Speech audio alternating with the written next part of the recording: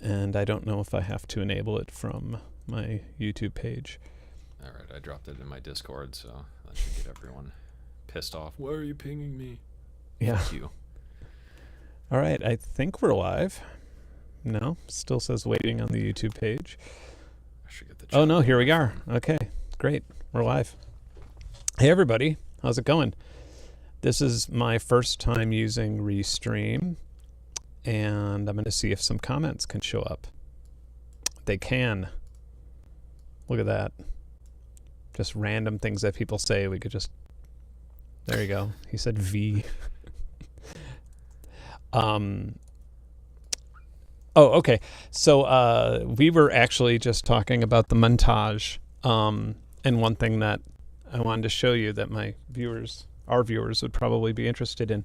So everything that you hear, I'm going to mute my microphone or like move it away from me, and everything that you hear will be 100% coming out of the montage, and it won't be being picked up by the mic. Like, this is how crazy the physical modeling is.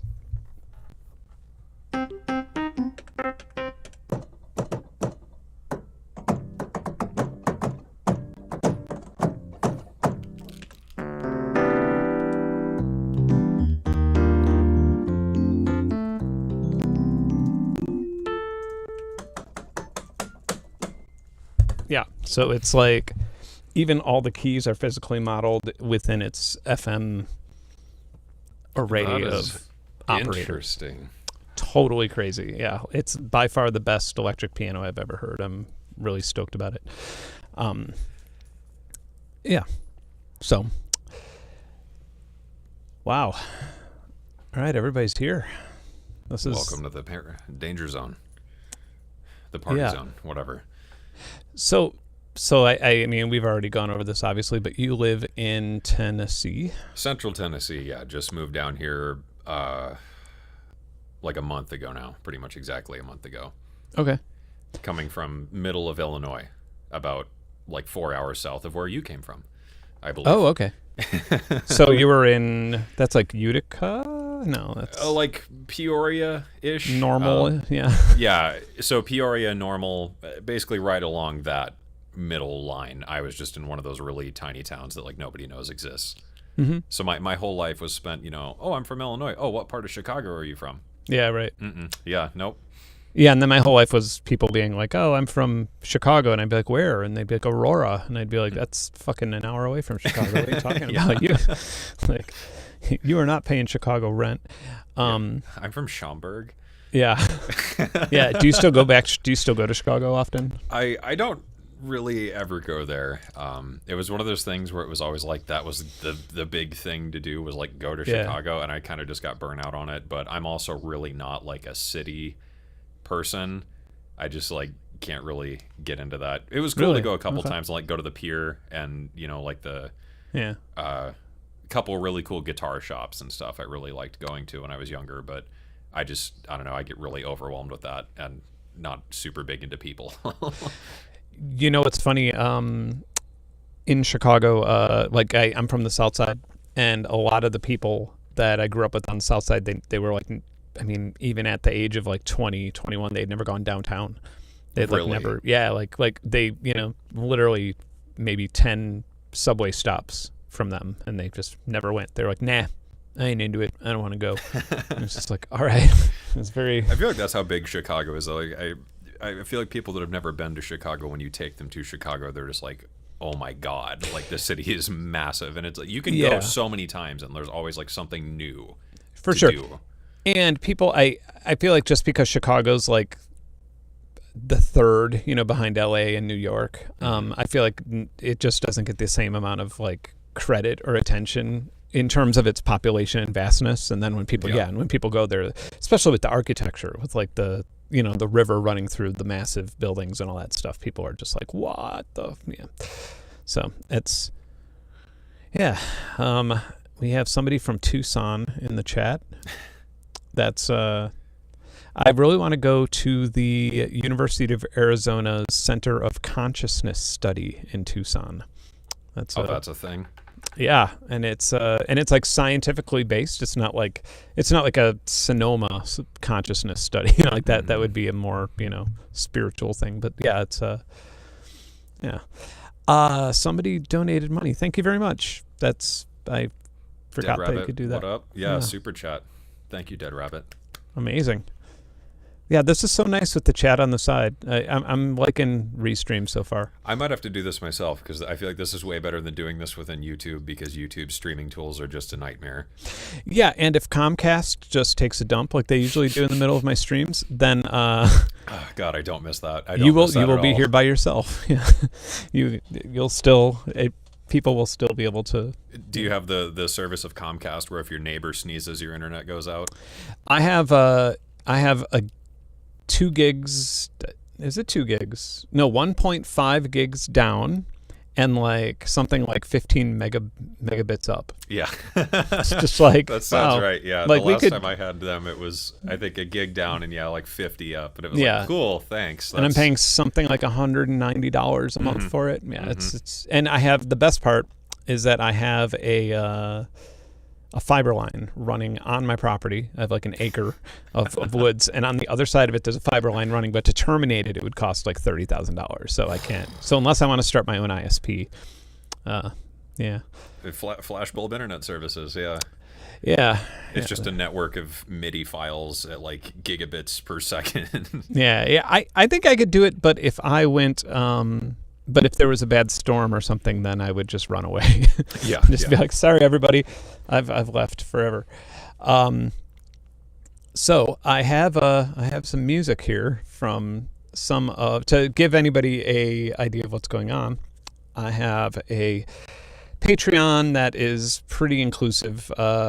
It cost $1 to be, that's the lowest tier member, and that gives you access to like a Discord server. On the Discord server, I don't know how many people we have. I think we're like close to 500 deep. There's nice. There's like a dev community, music community, gaming community. There's game servers, all that stuff, and and so they have a monthly. I always want to say contest, but it's not a contest at all. It's just like a monthly event where people just write music and stay creative. And I'm going to start doing things where, because I have a lot of. So this is like specifically for like it was made this month. It's not just random music. Oh, yeah, and it just like keeps people creative, gives them a reason. That's even cooler. I love that. Yeah, and and one thing I'm going to start doing now is I have so many unfinished tracks, and so I think a lot of what I'm going to do, like when there isn't a particular idea, I'm just gonna, throw like my sessions in there and let people just complete them and use them as their own, and basically kind of treat it like GitHub, so you could like branch the songs into other things rather than some sort of angry copyright situation. Yeah. Move this up here. Yeah. I'm thinking about doing that myself on my channel, and I'm always terrified of YouTube's just content ID system of like, too bad, strike for you. I felt so elated when I finally won the battle to be able to use my own music on my YouTube channel. Like you had to do that too? Yeah, and it took forever because I had like multiple publishers from like multiple different times, and I mean it was a process. I had to actually pay legal fees for it. It was. Oh, really? I just kept spamming YouTube until they were like, fine. Oh, really? Okay. It was probably close to a year. I kept claiming myself, but you know how the dispute works. Like if you say it's fine, I own this, it has to go back to the person who claimed it. But I am that person, so I was just stuck in this like YouTube circle of hell and bureaucracy. See, I went through a publisher that automatically said no, he doesn't own it under perjury. Under penalty of perjury, like totally a criminal offense to do that, but they just kept doing it over and over again, and it's like it's so out of control that copyright stuff, I tell you, fun. Yeah. Okay, so let's see if this actually works. Let's see if people could hear it properly. That would be nice. I'm gonna start here. Oh yeah, okay. So I made some graphics, by the way. Oh, we're so tiny now. Or we could do it this way. I feel like you could just sit here playing transitions and having fun. Yeah, really. I don't even need graphics. I can just keep doing this.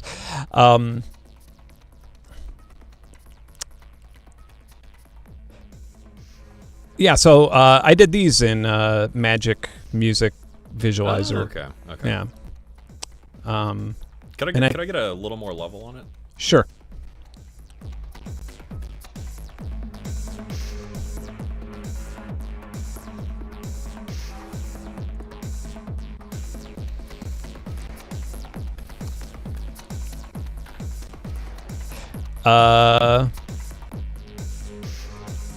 Did I get a name wrong? I'm sure I did. Oh, hello from Atlanta.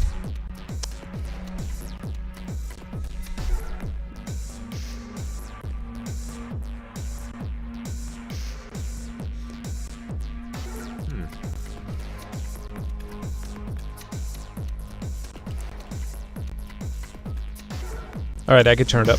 Sorry.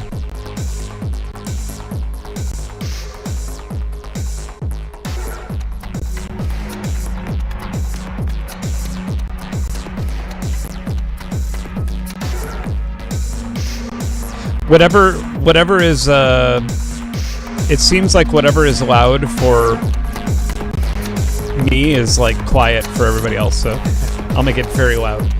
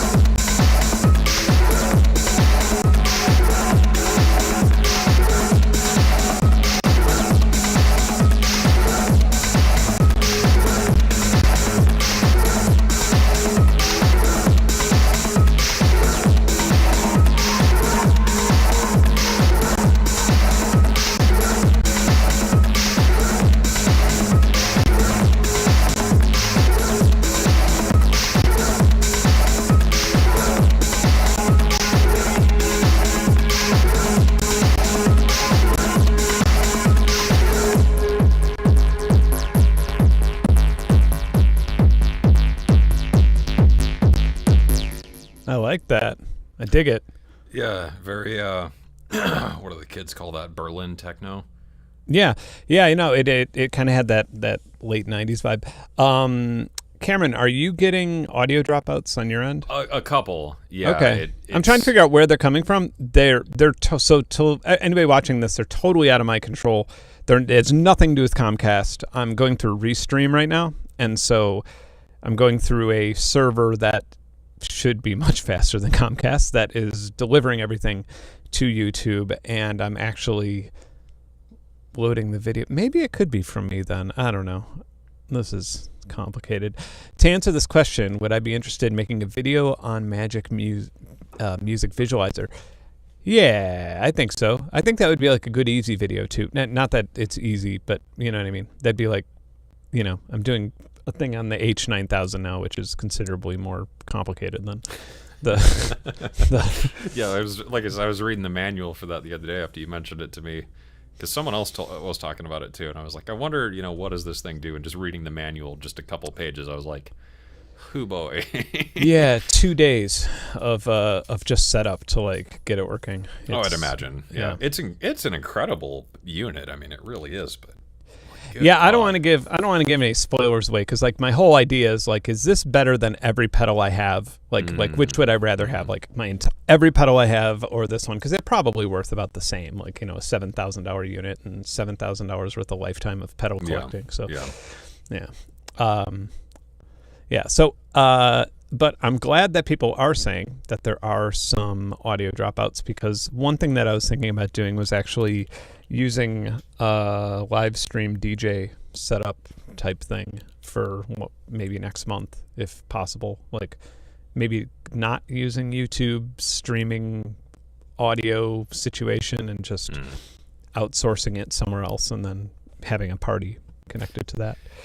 That'd be kind of cool. Yeah, YouTube and streaming with audio is just kind of a mixed bag. That's why I always feel weird when I'm streaming sessions where I'm like working on a track or something, because it's like I don't know if this sounds like complete garbage coming out the other end, but I'm just gonna go with it. Right. Yeah. Fine. Yeah. That was a really, really cool track though. I like there was a section maybe about halfway through where there was this bass that almost it sounded like a ramp wave LFO or something on the filter, but like it had kind of a cool FME texture. There was a lot of interesting detail on that track. Yeah, and you did it in Reactor, Acmea. I'm not sure what to call you, but you did it in. I think I saw that he did it in Reactor. Do you remember that the Wisp Live collab? That was in a venue called Sonatech in Chicago. And it was really funny because I was playing a lot of jazz gigs at the time, just guitar or bass mostly at the time. And Wisp was in town, and somebody was like, "Do you want to collab with?" Like Reed was like, "Yeah, do you want to collab?" The promoter's asking to collab, and I was like, "Sure." And I just sort of treated it like that, like as if it was like a trio gig, But we didn't have any charts, obviously, because it wasn't a jazz gig. So. Yeah, that was nice. I'm glad that somebody remembers that. Yeah, and then Twitch supposedly sounds better than YouTube as well, but I don't know. I feel like I'm too much of a boomer to do Twitch. Yeah, I'm not really sure. I need to have like a team of young people to which speaking of, I should really link this to some people that might be working with me on my channel. All right, so next track. Bring it on. Yeah. Let's see. Let's see if I. Yeah, this is. Oh yeah, so you got Buffalo Trace. Yes, I do. The last known bottle in existence, apparently. Yeah, that's Tennessee. You should not have that problem in Tennessee. There's great like local distilleries and stuff. It's just Buffalo Trace is just like that's one I really like, and Knob Creek is another one I get all the time. Yeah, and but, I have a massiff Knob Creek bottle, like a. Oh, do you have like the big mega jug or whatever? Yeah, it was on sale for like $60, and I was like, done. Ooh, that's a good deal. Yeah, I'll have to look because I do that one and then the Bullet bourbon.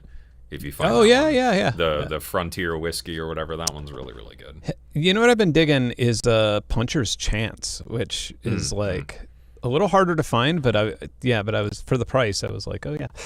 One of the new ones I did was Monkey Shoulder. If you've ever tried that one's pretty solid. No, I've seen it, but now I will definitely try it. I think my favorite out of like the under $100 whiskeys is, well, I should know the name of it. It's it's like a Wild West bottle. I keep forgetting the name. Prairie something, but it's pretty popular now, and it's called like Prairie Bourbon or something. But yeah, I was watching a couple streams this week, and it really, like, just random like pro audio streams and stuff like that mostly from like developers and stuff, and it kind of made me think, like, it made me feel like I felt a year ago when I started, sort of a little less than a year ago, when I started doing weekly streams. And then I realized that, like, I guess it just made me appreciate, like, oh, you kind of learn how to deal with dead air after a while. Or like, even when you're just by yourself, like, you kind of learn how to just like talk out loud and keep things rolling. So you don't feel too awkward. I feel like learning to speak like broadcasterese, where you can just add a lot of fluff and filler, works out well. Right, yeah. Or swear, I suppose, that too. Just keep, this is it, the Amari Kian Prairie High West. That is the... I'm going to have to look for that one. I don't know that I've heard of that. It is excellent. I highly recommend it. It's... Chords of Orion. Hi. Wild Turkey single barrels. I have some Wild Turkey from the 80s upstairs. That's literally older than me. Yeah. I have some Wild Turkey. My grandpa, he doesn't drink. And if anybody has ever thought about quitting drinking, he has some of the best anti-alcohol advice I've ever heard in my life. And it was just randomly. We were talking about somebody who was an alcoholic, and he was like, I just don't get it. Why would you just not have a milkshake? And I was like, that is the best argument against alcohol I've ever heard in my life. Like a cookies and cream milkshake, same amount of calories as getting drunk, and what could make you happier? Just as much fun, probably. I mean, it's like, what is it? It's money can't buy happiness, but it can buy you a yacht. It's hard to be sad on a yacht. Yeah, or a penis-shaped rocket. Yeah. That's So anyway, he and my grandpa. I don't know if anybody's ever seen him. He's in a part of a video. He almost has like a Cajun accent. He's from Central Georgia, and so he kind of talks like this. Like he kind of has did he that. Get a bit of like the lower South Creole thing going on. Yeah, and interesting. Yeah, and it's pretty great. So, let's see, next track. Sorry, I feel like I should just leave something up, but all right. Somebody else from Georgia. Mel Louise. Yep. Mel's a legend. So that's where all these new people are coming in. They're coming in from your... So I have to be on your stream now, because we got to get my people over to you. Yeah, no, I was going to say I got some ideas, but we'll talk at some other point. But no, Mel Louise, if you're... I don't know, are you into like more like chill stuff? Yeah. Yeah, Mel Louise is a co-host of SGM Vibes, if you don't mind me shouting that out. It's a really cool chill music show. It's just all about like ambient and like garage and stuff. But she makes music as well. She's super, super cool. Okay. I haven't noticed a Southern accent, though, Mel. Did you, like, drop that when you moved to the Midwest, or does the Southern accent ever really leave? Oh, did she move to the Midwest from Atlanta? I guess so, yeah. Okay. Or not from Atlanta, but from Georgia. Yeah, I noticed a lot of younger people, they don't really carry the Southern accent quite as much as the older people do. But, like my dad is probably... you'd probably understand 70% of the words that came out of his mouth, and then my grandpa is like 20%. Like he's straight up like you have to like, it's pretty good. That's one of my grandpas, but they're all like Midwest. He's just very like, well, I'll tell you. Mm-hmm. Yeah. One of those kinds. So yeah. And and I seem to impersonate the Southern accent every now and then on my channel, and people complain about it sometimes in the comments, where they're like, that's, it's not cool to like do it. And it's like, yeah, but like this is my family, like that's why I know it so well, is because I hear it, like, Well, that's my one grandpa. He's got kind of a Tennessee Hills thing going on. Oh yeah, that Appalachian accent. I like it. It's like, apparently my family's from here too, so I'm about to drive about an hour, I think, west of me and collect some owed birthday money. Really? Or something. Okay. Yeah. See if I can stake my claim in there. I've got some family land or something. So where I mean, you don't have to give away your exact address, obviously, but like where in the state are you? Are you kind of just like in the right in the center? 40-ish minutes north of Nashville. Oh, okay. Okay, so you're I'm pretty much right on the border of Tennessee, all right, okay. Kentucky. Yeah. Because my mother inherited property closer to Johnson City, like in that area, and And it's like we're not doing it, nobody's doing anything with it. It's just like rotting, but it's like up on a mountain. There's like no running water, but it's sweet. Anybody wants to go camping on some weird spot? All right, so next track. Let's do it. From Anomaly. Oops.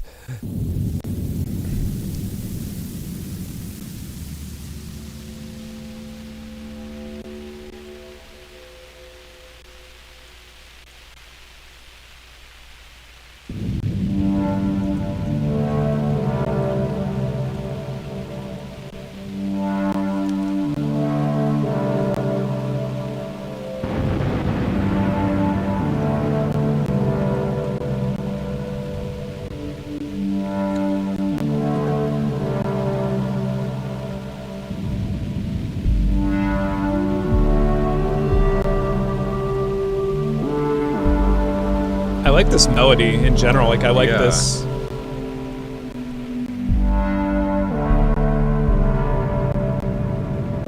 Except I'm hearing a commercial.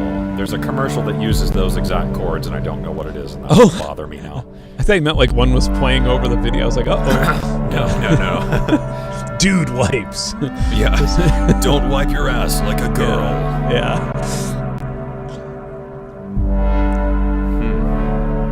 Yeah, man, I love the vibe.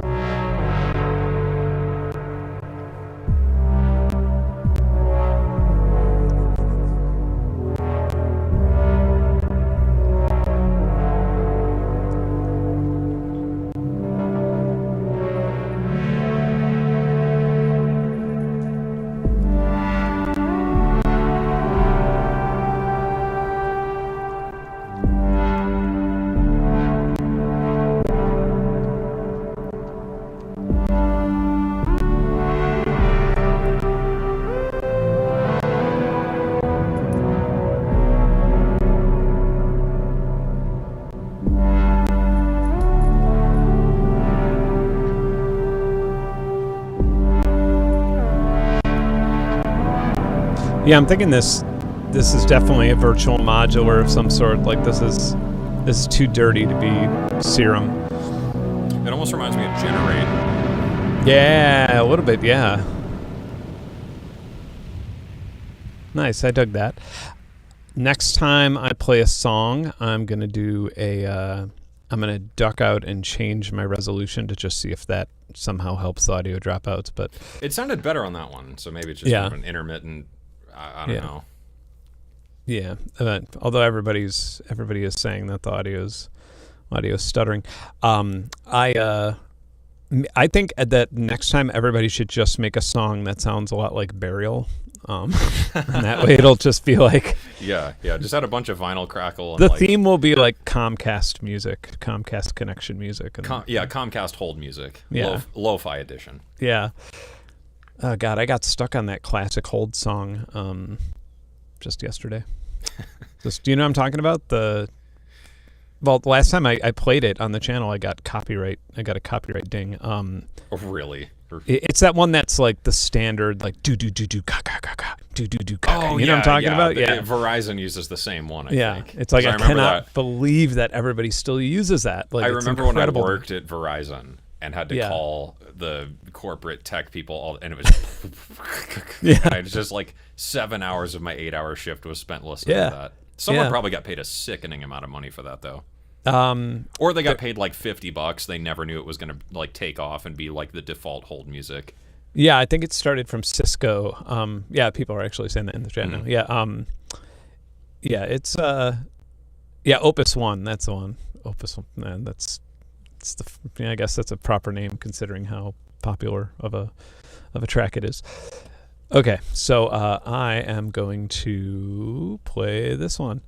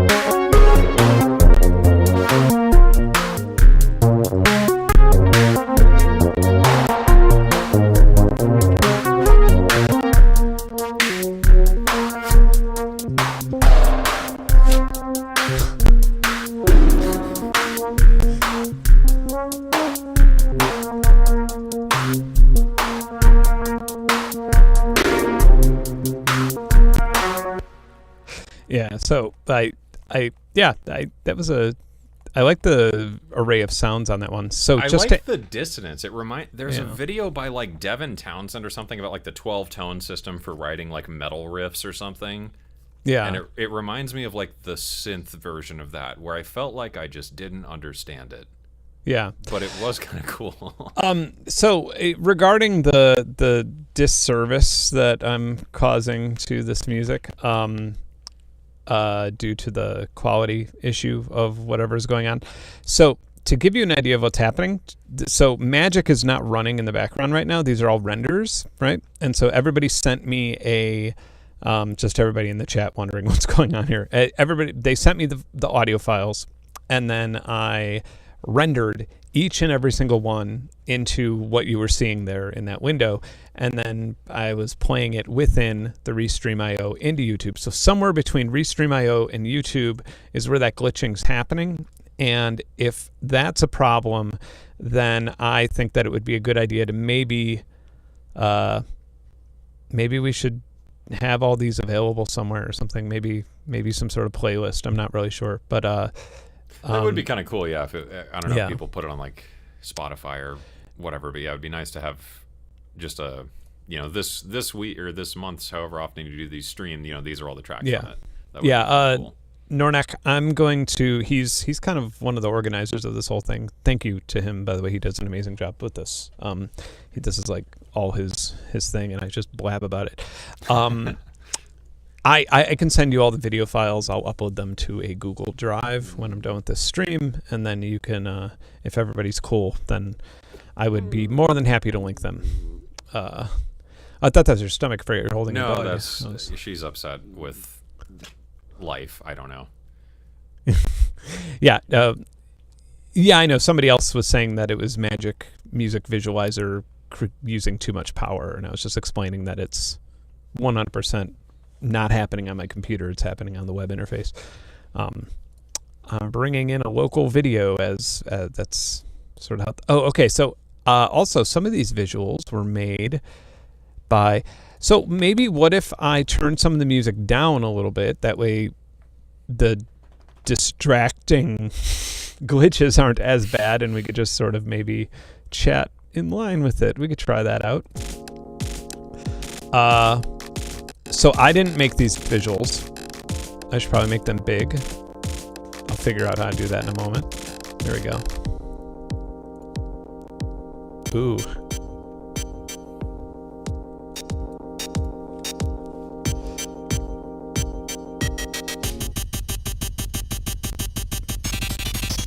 I am going to guess that this is processing.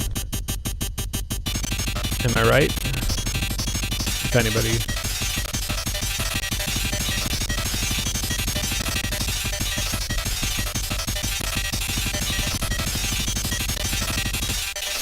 Yeah, I don't know who this is. Let me look one.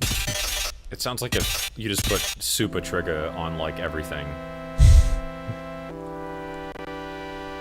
This is Dogxander. Can I put text up maybe? The OPZ. All right. Yeah.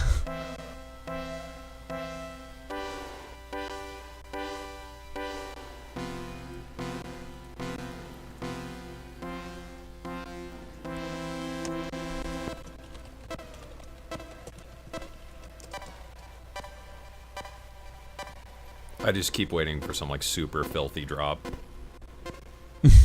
Yeah. Like the super like soft clipped 808. Oh, there it is. Yep, okay.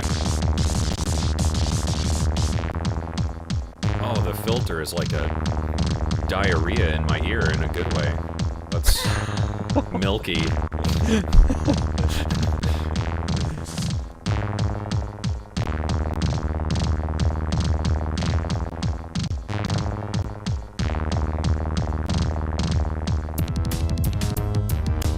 Oh, video made with Rust Nano. Googling that.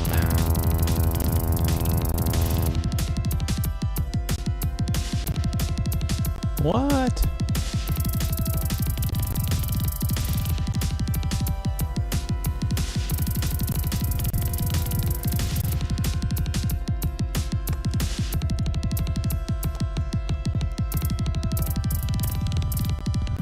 this be? That is where the video is made. Looks pretty cool. Sorry that I'm like distracted by the video and the song. This too. looks neat. I know. I was like, what is this? I'm gonna lose sleep over this. Yeah. No, this sounds right up my alley. Yeah. Yeah, and the song was good too. It Unsettling core. Yeah. yeah, that's a good. I like that. It's yeah, it was just like glitchy and weird, but it stayed interesting. Mm-hmm. But I feel like that's a hard line to walk with some of that stuff, you know. Like when people try to get super glitchy with stuff, it can just become too left field and broken. Right. Absolutely. The sound that makes me feel the wrath of everything.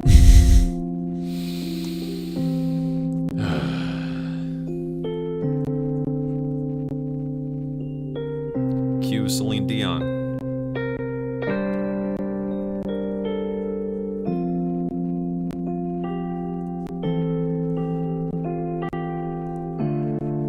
Did I spell it wrong?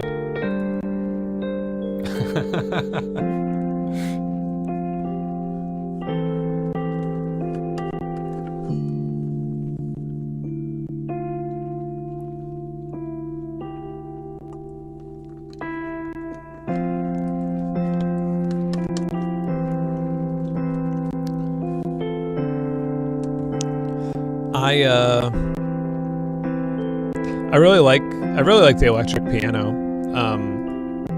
and I think because I was trying to figure out why I like it so much, because that's like all I play. Like, I mean, that's like the preset I have like on every keyboard is like an electric piano, and I think it's just because it's like the most, like even with the piano, you could kind of get lost with like the string articulations or like other things, and the electric piano is just like the most basic route to melody.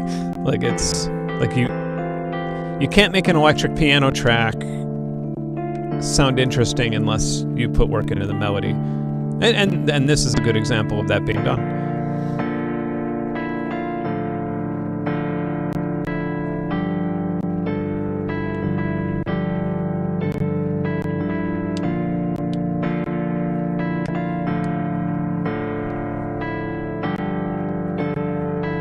Oh, this month's challenge was only use one instrument.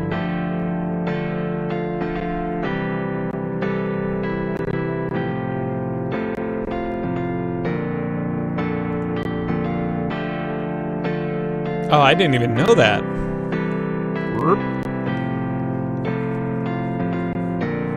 Wow, okay.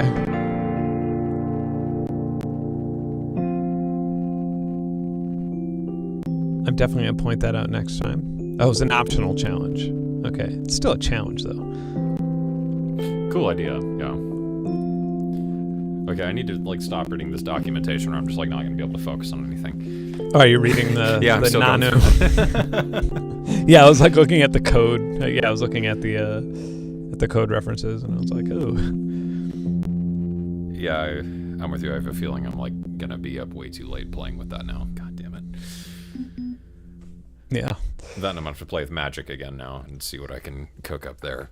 Yeah, Magic's good for the price. I was gonna say it's only like $50. That's not bad at all. Yeah, that's a mediocre dinner for two. Yeah.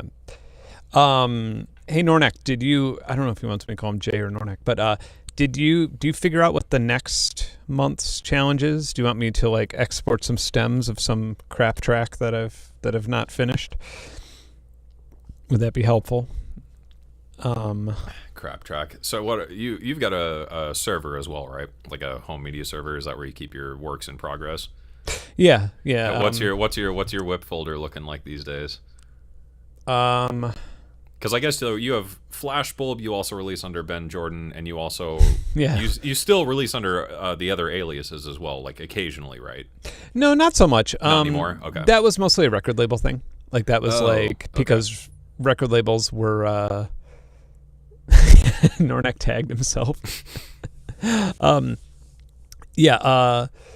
Yeah, because record labels were like, we want the flashbulb exclusively, and I'd be like, okay, well then I'll release as, Christ Puncher over here, and then I'll release as Human Action Network over here. And so I did that for a while, and then in like 2008-ish, I bought back most of my own licenses.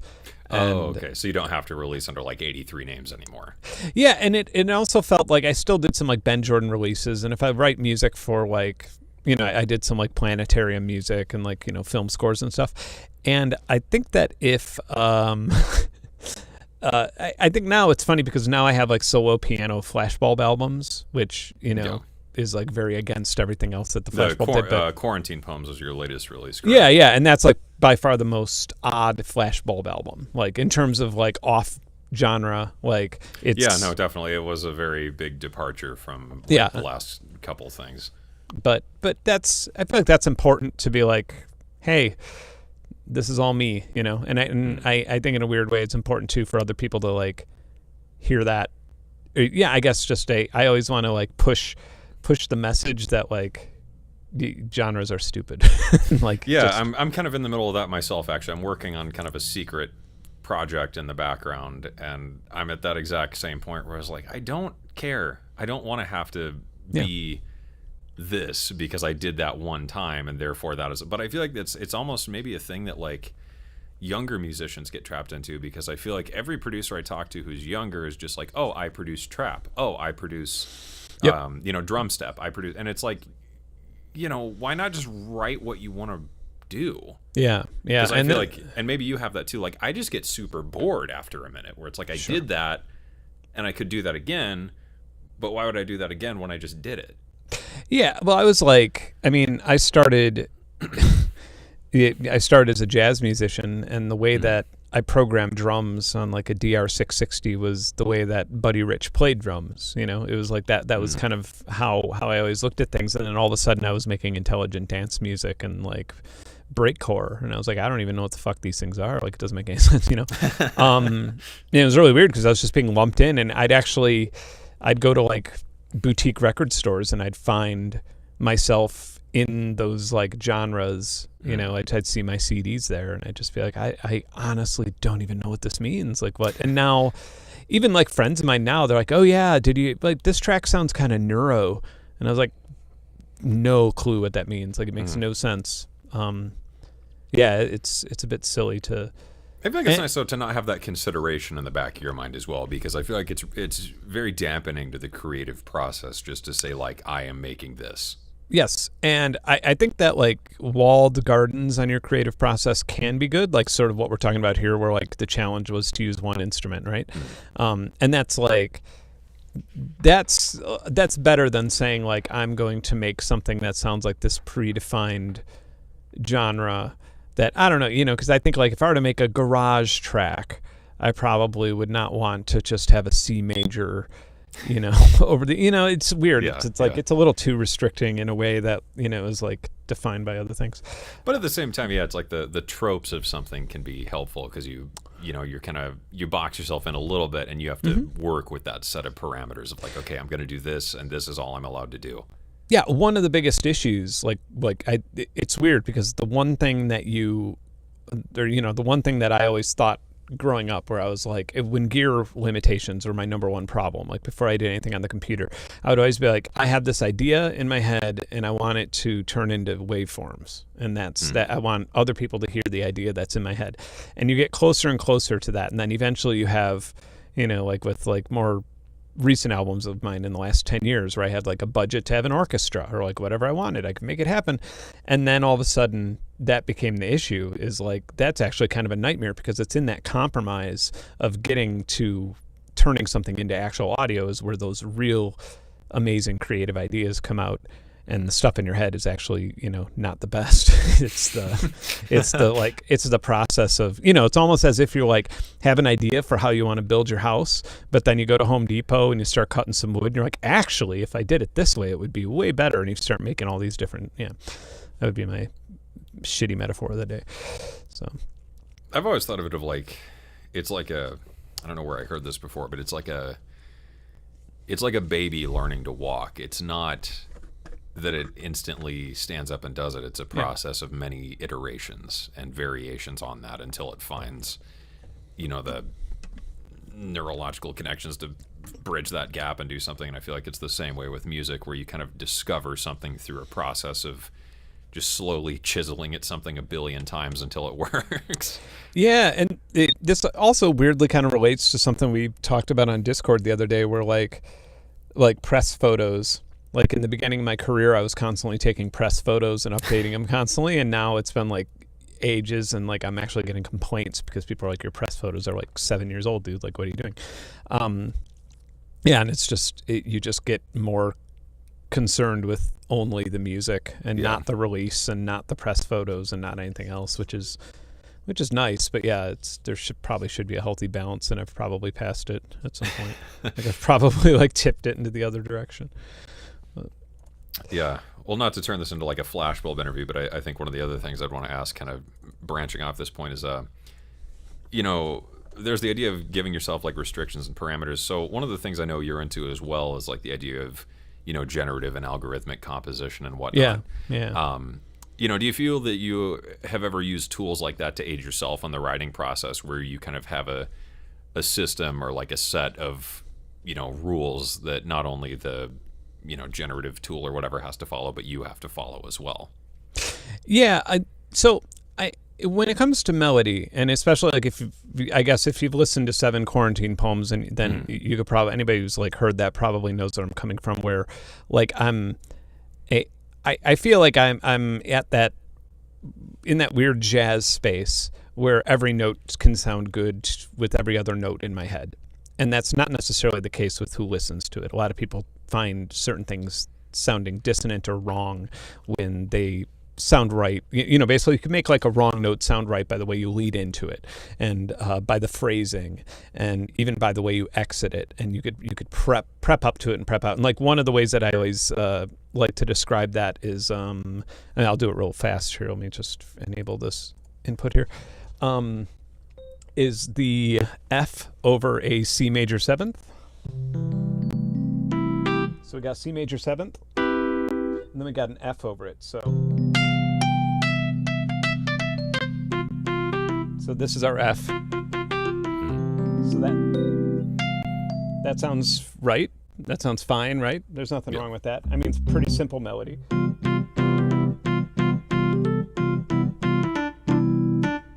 So an F sharp would be a disaster, because the F works, the G works, but the G flat F sharp, not going to work.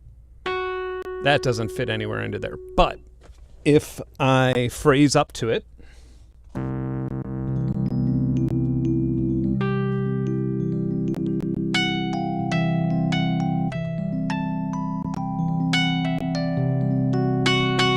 it's all of a sudden like the most powerful thing that you could possibly put in there. It's kind of like the Trent Reznor thing, where that tritone, or the raised fourth or whatever, in the right context, it's very beautiful and heavenly and whatnot. And then if you go back to the F,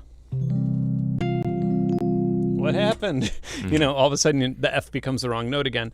And then if you were to do that in a D, if you were to constantly go up with the tritone, you could actually, if you were to go,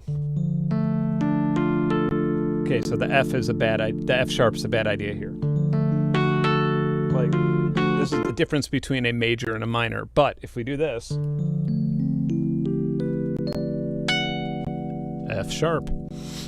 Anyway, so if that made any sense to anybody, to answer your question better, when I feel like when you've been playing music that long and your vocabulary starts to go into that direction, then songwriting becomes a lot more difficult, and you start to need walled gardens and rules and themes and things like that, because otherwise you'll just make a bunch of random nonsense. And so generative music, to be able to like, I've just started playing with the Noodler, for example. How are you liking that? I've been thinking about getting one. I like it. It's very cool. Yeah, I'm pleasantly surprised. I thought that it would have some shortcomings but it didn't. So yeah. Long story short, I like it. And so yeah. So to be able to have generative music, kind of doing something somewhat basic, just like I'm playing this chord and then this chord and this chord and this chord, and then I can actually do that noodling, for lack of a better term. I could actually do that noodling like with a guitar, with an instrument. Yeah. I could improvise what I was doing over here, but on something that's a lot more rigid. Than that. It's almost like having a computer partner to jam with. That's exactly the way I look at it, because like I don't know about you, like I'm just not big into like socializing, so I've never done like collaborating or whatever, just because I don't particularly enjoy dealing with people on like a super regular basis. But I feel like it's exactly that, where it's almost having like a songwriting partner that's going to spit out ideas you might not think of, but as you mentioned with melody and stuff, it also forces you to work into more the context of the flow of things, rather than just saying like, I am writing in this scale and this key and it's going to work like this. There's different turnarounds and stuff you can discover along the way, because you've unlocked the way you can approach the keys or guitar or whatever, but you're playing with something that's much more constructed and like kind of prefabricated, and you can get some really interesting results by sort of reversing the roles, where you are the generative part and the machine is simply the the context. Yeah, and at the end of the day, like something that I tell even like electronic musicians who are more into like EDM and stuff, when they talk about learning more melodies, it's really just how much of it's almost like learning a language. Like somebody who, if English is their second language and they haven't studied it much, they're not going to be able to like express exactly how they feel. They're not going to be able to tell you a story. They'll be able to tell you that maybe they went to the casino with their wife, but they're not going to be able to tell you that like they went to a casino with their wife, but they felt lonely anyway, because they didn't know anybody else there, and or whatever, that they felt empty as a result of that. But so the more you practice and the more you play, you can eventually essentially describe pretty much anything to, I guess, to some limitations, but with melody and harmony.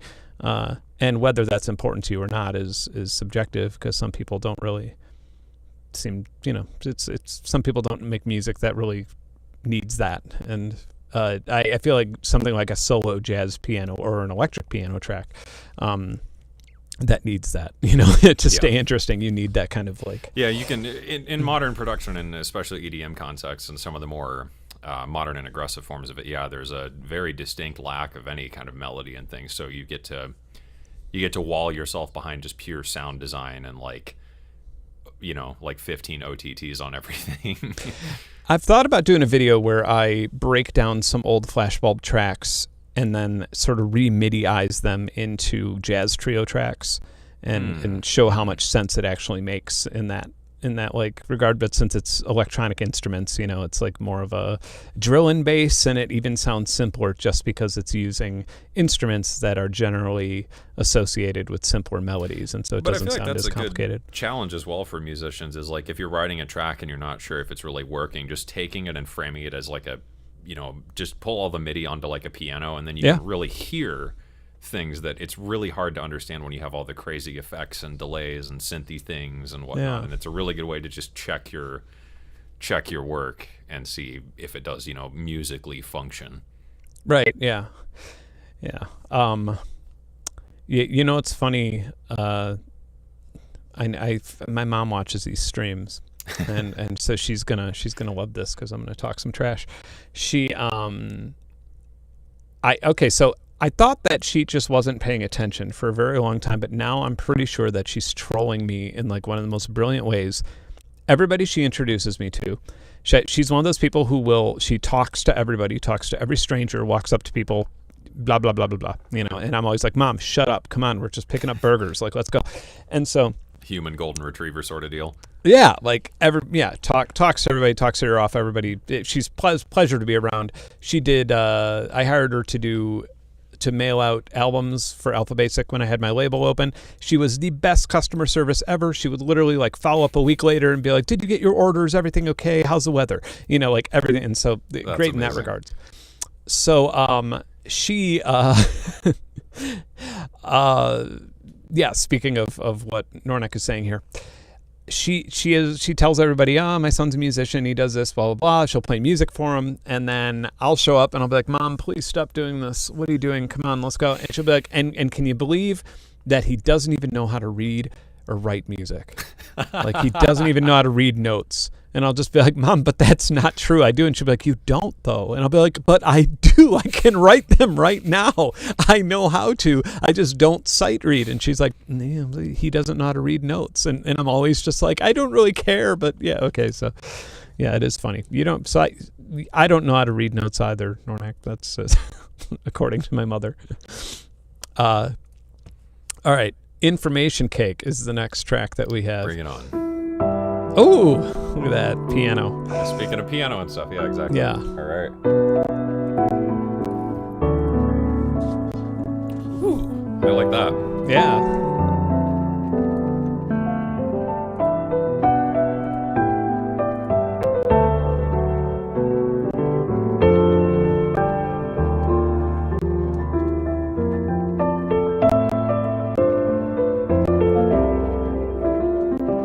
Man, yeah, them voicings.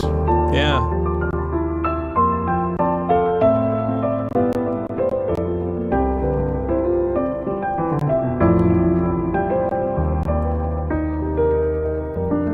Good turnaround there.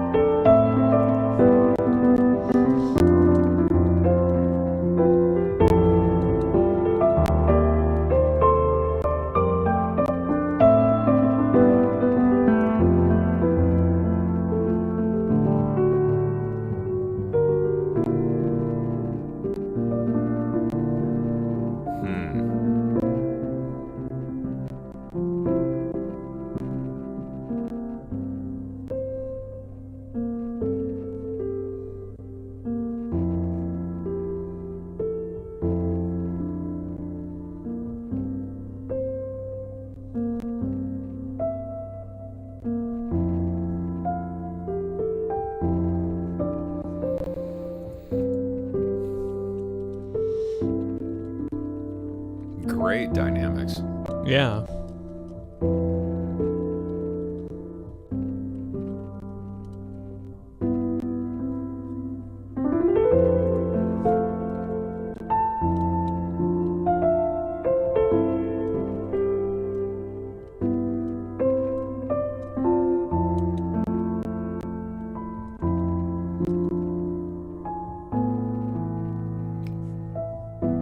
Nice.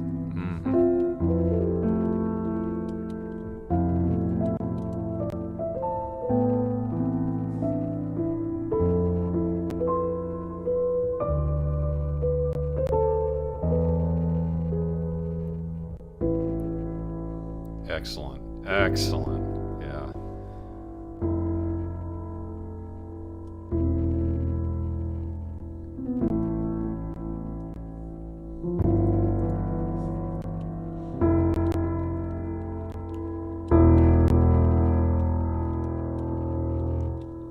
Yeah, that's great. Makes me want to try and figure out how to do this whole music thing. I think I'm going to try that myself one of these days. Yeah, it was funny in the beginning. In the beginning, I really like it when people go on like it's like the E minor blues scale, I think. If you know Bruce Hornsby, The Way It Is, like that's just the way it is. The piano solo in that is like all in that E minor blues scale, which is like really, I'd play it, but you know, I'd get shot in the head by some copyright police. So I think it's like, yeah, and basically if you keep cycling that down, you get, it actually turns into this like nice positive sound. But yeah, that was a fantastic track. Great work on that. That was Information Cake? Information Cake, yeah. Information Cake, okay. Yeah. I really like that. That one and the first one, I think, are my standouts so far. Yeah. I dug that. Continuing on our radio banter. First song that ever just blew your mind. Moment's Notice. I was very young. So the first thing that ever blew my mind in general would be Buddy Rich on the Muppets playing against Animal. They had a drum battle. Yeah, I think I remember that. Yeah, and I was just like, what? And then, sure enough, my grandpa had a vinyl of Buddy Rich of just like a live set, and Moment's Notice was, which is a Coltrane track, was the first song where I just like ended up in my head all the time. Absolutely loved the way everything worked in it. And I wasn't quite, I didn't quite, it's like giant, Moment's Notice is like giant steps for like children, you know. I suppose it's like it's, but the introductory phase to the more exotic side. Yeah, and then like the first contemporary, like I would say like the first contemporary music that like really blew my mind, like especially in the electronic realm, would be Downward Spiral. Right when that first came out. Yeah. I was like 15, and so perfect time to listen to some like edgy Nine Inch Nails stuff. Yeah, and like some my neighbor's friend had like a tape, you know, and like had a cassette tape, and I remember just being like, wow, this is next level. Had no idea what was going on in any part of that entire album. Like no part of it made sense to me, you know, in terms of like production wise or anything like that. And so blew my mind. How about you? I don't know. I'm trying to think of like what was the first thing I listened to that just made me go like, I want to do that. I think Buckethead Colma. I got a CD from my dad's friend that he downloaded from LimeWire in the good old days, and he was like, I got you this CD. All right, put it on, and it just, something about that whole album, it put to music what I had wanted to do for so long. Because like I'd been playing guitar and stuff for a little while at that point, you know, a handful of years. And like, you know, I liked Godsmack and Alice in Chains and all that kind of stuff. But for the first time, it stood out to me of why I liked certain songs from those artists, where there's a moment where it just causes you to pause and understand a feeling, you know, because that's always been the interesting thing to me with sound, is like certain sounds and textures on their own, you know, musical or otherwise, can invoke like something. It's like smell, you know. Yeah. And hearing Buckethead Colma was just like, oh my God, that's like music that makes me feel something. That's what I want, you know, because I knew music like, you know, some of the Godsmack tracks I liked or whatever. It was aggressive and it made me feel like powerful. And then it was like, once I heard Buckethead, I was like, that was the thing I had been searching for so long. So yeah, I think just that whole album kind of melted my brain. A surprising, like, I kind of just didn't pay attention. Like when I was a teenager, I paid a lot of attention to metal, and this is when like early teens, like And Justice for All was like the new thing, and then Pantera, and then, you know, and it was because I was a guitarist, and it was like an easy way to get attention, like by playing like Metallica solos, like which are all in E minor, and and it's, I mean, it's literally like the same song on every Metallica album over and over again, and so it was an easy way for like my peers to just be like, dude, you're amazing, you're the best guitarist I've ever heard. I remember like, that when I started learning flat picking, and people were really impressed. Yeah, it's just it's like just a major scale really fast. That's it. And everybody would complain about like the guy who played Oasis and got all the attention, but like nah, you play Enter Sandman solo and people are just like, whoa. And so I was into metal in that regard, and then I kind of like, you know, the heavier it got, the better it got, and then I just kind of got completely done with it, and was just like 100%, you know, out of that. And when I got asked to tour with Dillinger Escape Plan, it was, I didn't know who they were, I didn't know anything about them, and I like watched, I like didn't really know anything. And the first night on that tour, I wasn't performing. Like I just like met a day before, and like my gear was coming in, and I was like living on the bus, and I saw them perform, and I was just like, maybe for like 10 minutes I like watched the show and I was like, this crowd is going to rip me to shreds. Like they are going to kill me when they see what I do. Like I was just like, this is the worst idea I've ever heard. And they were like on Hairbangers Ball and like or Headbangers Ball rather. Hairbangers Ball is a thing it's an event in Chicago. They're on Headbangers Ball and all that, like talking about me, and I was like, this is so weird, like I'm not metal, this is gonna suck. But my music was still abrasive at the time, and so but Dillinger Escape Plan's audience is ridiculously open-minded. I gained a lot of fans from touring with them and from working with them. Really? And yeah, and like to this day, like I still meet people where they're like, I saw you play with Dillinger in this city or whatever. But ultimately, every single night, like as much as I like despised the music the first time I heard it, every single night on that first tour, which is a very long tour, I put in earplugs and went up on stage, like on the side of the stage, and watched them perform even after my long set, and watched them perform every night because it just chills from one end of my body to the other the entire time. I have still not ever seen a band better than they are in terms of live performance. Yeah. Like I've never seen musicianship, like, you know, in terms of stage presence, in terms of like just explosive movement, in terms of like playing the most technical, polyrhythmic, crazy things and actually making it sound emotional and huge and playing it perfectly and improvising when they need to. It was just, it boggled my mind. And it was like every night I saw them play, it was like the puzzle got harder to solve. And I was just like, I have no idea how you're doing this. And a person I just can't imagine doing it like night after night as well. Because back when I used to do touring and stuff, you know, there was always like those one or two songs that were like the big ones, you know, that were harder or whatever, and it just required just, you know, mechanical timing to get it to sound good. And yeah, I mean, the Dillinger Escape Plan, or even, you know, like Animals as Leaders in some of those. I mean, granted, they use like programmed stuff sometimes, but still, like, yeah, it's incredible to watch bands like that you could just tell put everything into every single note every single night. Yeah, and like, and you know, they did things where that were just like, I'm getting chills talking about it. Like they did things where like, now I almost like wish I could get Ben Weinman on here because he's been on my streams before. But like they would do wind ups, like melodic wind ups, where they'd go like, and they would then like drop into something, and they would just like keep doing wind ups at certain times. So it was almost like a slingshot was like moving the climaxes of the song, or like moving the song along like that. Just some of the craziest things that like don't have a name and have never even had a name. Like the band is already, you know, they're done now, but like they've all moved on. But like, yeah, just in sense of like pure inspiring, you know, God tier musicianship, nothing like that. It's one of those shows that makes you want to go home and make something.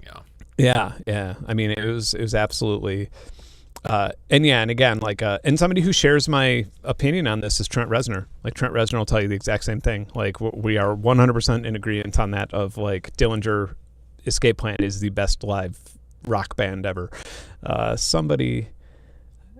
I'm reading through these comments here on the side. I'm trying to catch up on these two. People talking about Tim Hecker. If people don't know Tim Hecker, you absolutely should go listen to Tim Hecker. Mike Patton did do vocals for Dillinger Escape Plan. And actually on that tour, I met him. I was very, very excited.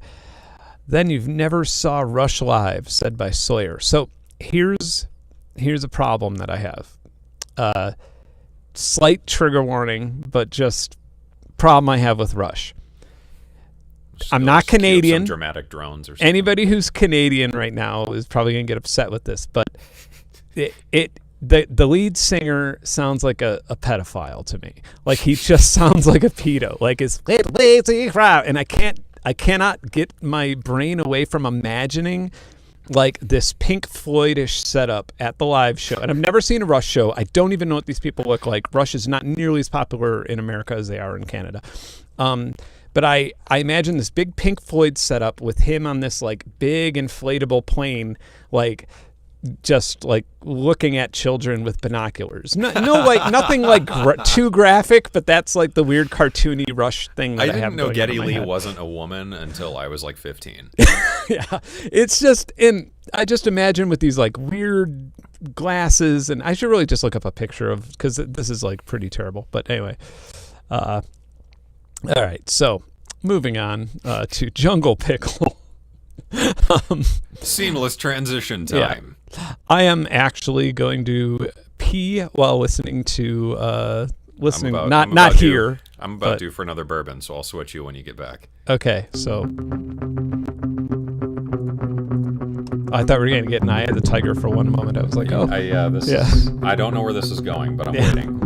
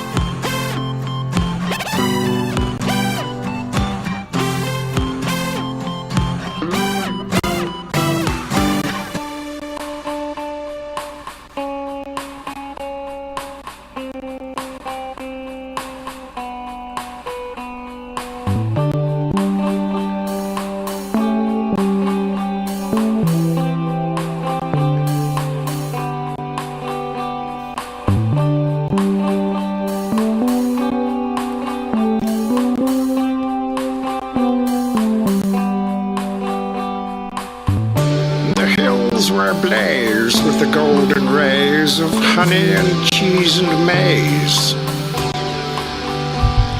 Beware the badger, the old man said.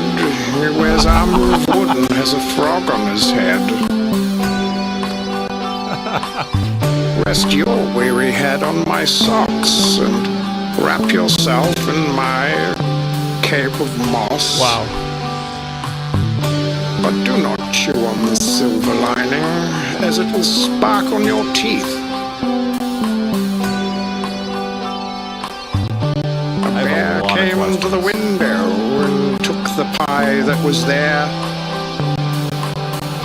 and then threw it in the face of the clown, because, well, that's what bears do.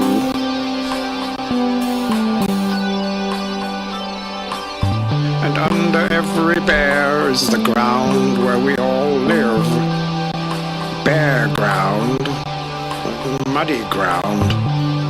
Love the bear and fear the rain. Go away and come again. That was very unexpected. I feel like if you Paul stretch this and you put some sketch cassette on it and like format shifted it down a little bit, you would have like Boards of Canada. Yeah. Like Beautiful Place Out in the Country. Oh yeah. Something sort of in there, except it's about whatever was happening there. I don't know. Beautiful Place Out in the Country. I think that's probably my most listened to Boards of Canada track. Really? Yeah. It's a good one. I know. What's your favorite Boards of Canada track? Wow. Vicious. Hate everything. Yeah, Vicious. she's a half beagle, half chihuahua possibly, so she has like Napoleon dog syndrome where she's just, front-facing aggression to the world, except she's, incapable of actually doing anything. Yeah, no, Lucy is very small dog syndrome, yeah. Well, I mean, she's very sentient, but she is the prison boss at the dog park. Oh yeah, like Callie, straight up. Exact same rule. Nobody messes with Lucy. She walks up to the biggest, meanest dog and just goes. Yeah. Like she doesn't even look like a dog. She looks like some sort of like coyote on the side of the road or something. Kind of like a half gremlin, half dog sort of thing. Yeah, that's like, Callie. Like her eyes get like all slanted too, and she'll just be like, make like the worst face. Like it's horrible. It really is like a terrible. Yeah. Well, anyway. Funny But enough, though, I otherwise, feel like it's the big mean dogs are always the nicest ones. It's the little ones that I'm always like, Yeah. that dog's a jerk. Yeah. Right. Yeah, absolutely. Let's see. What other Yeah. on-air banter? Other questions. What is one thing, going back to your earlier point about, the Dillinger Escape Plan having a very open mind, like their audience, Yeah. what's something you learned from a show that was also kind of unexpected? What is something you took away from a live show that always stuck out with you? A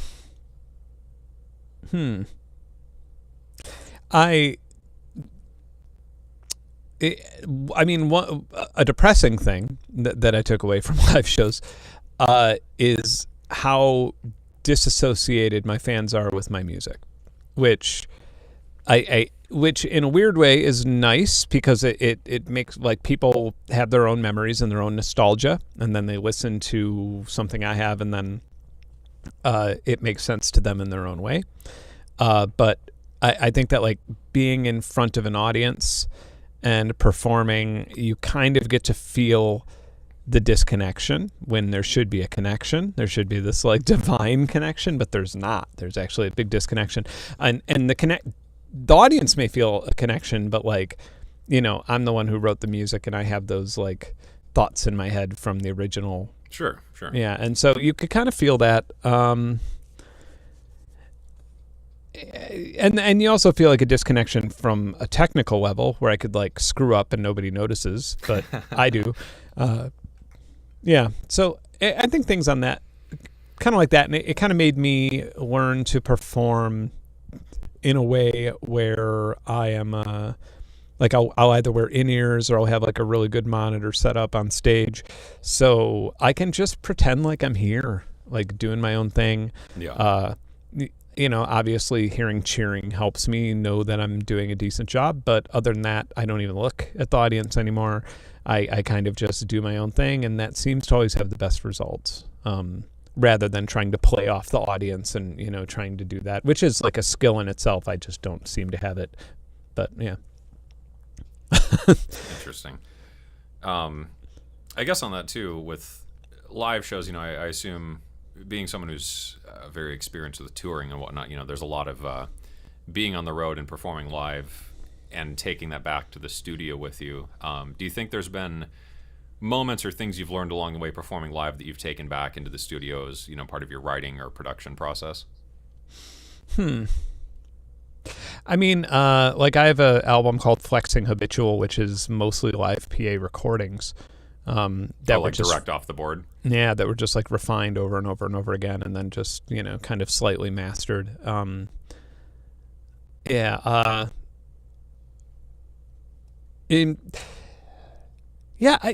separate the two so much, and the shows that I like the most, like ideally, in a perfect world, my shows would be in a seated theater. Not necessarily like not Carnegie Hall, but like it would be in a seated theater where like I can improvise an entire set from. Yeah. And I did a few. I did a short tour that was improvised MIDI guitar in 2012, I think 2010, and that was wonderful. I loved it so much. Audiences were not big. It didn't make much money. People didn't really want to come out to it, but in terms of like every single show, every person in the audience heard a song for the first time and the last time, and that's meaningful in its own right. And it's interesting. Yeah, it's an interesting idea that it's something that only exists for a moment. There is no, going back to it. And I feel like that's, coming sort of from my world of things with like sound design or generative music, even, I'm sure as well, you can appreciate. There's these moments where you create something and it's never going to exist again. And there's something that's just so much more satisfying about that. It's not a product that's bottled up and sold. It just is right now. Yeah. And I feel like there's always something deeper, interesting with that. Mel had a good question here, though. Yeah.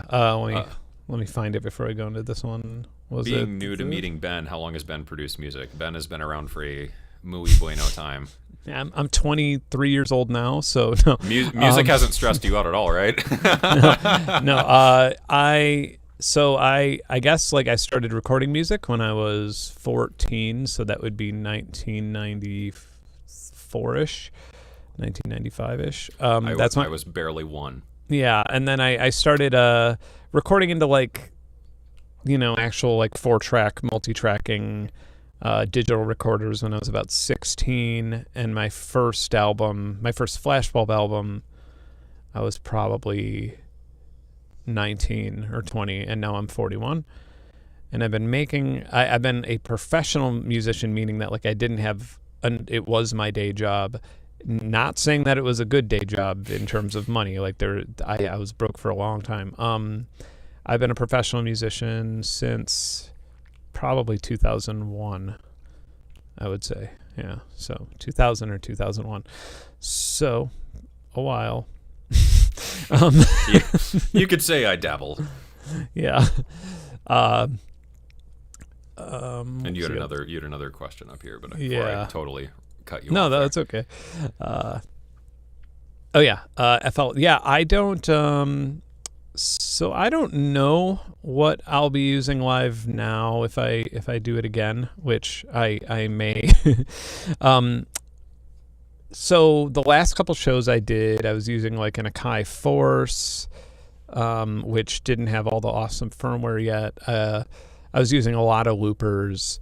I have even used like a DJ setup like that has stems on it, just because, a lot of people want to hear stuff that's already out on albums, and I can't always afford to like have an entire orchestra with me or, the things that are in my albums. And so, I've definitely had to do backing tracks, but one thing that I do not do is bring a laptop. I may change that in the future, but I've gone through so many laptops touring. I would say that like my laptops, at least when I was doing it, I'd maybe get like 10 shows out of each one, and then I was always scared. I was always terrified when I had my laptop with us on tour. I was just like, that was all I could think. I couldn't even enjoy playing. I just had to sit there and be like, please don't die. Please don't get a beer spilled on it. Please don't someone touch this. And I was thinking about it more recently, like with, like I have like a Mac. I don't use Apple typically to make music, but I have like a MacBook Air, and that doesn't have any moving parts. Doesn't even have a fan. Mm-hmm. And it's like, that's a bit of a different story, because like the bigger issue was like I was using laptops on these stages that were vibrating from the bass and everything else, and they had like moving fans, CPU fans, hard drives, SSDs, hard drives, and so it was a recipe for disaster. And so I would always buy HPs, because they had like a warranty where they would literally like, I could just FedEx my old one out and then like get it back and then sell it and then buy a new one, and then I just always had this like crazy nonstop laptop trade-off situation. I feel like that's my DJ friends that did that as well, where the vibration from the stage would screw up their turntables and yeah. And that was like a really big issue where they were like, I went on tour and I bought like 6 of these. Mm-hmm. Yeah.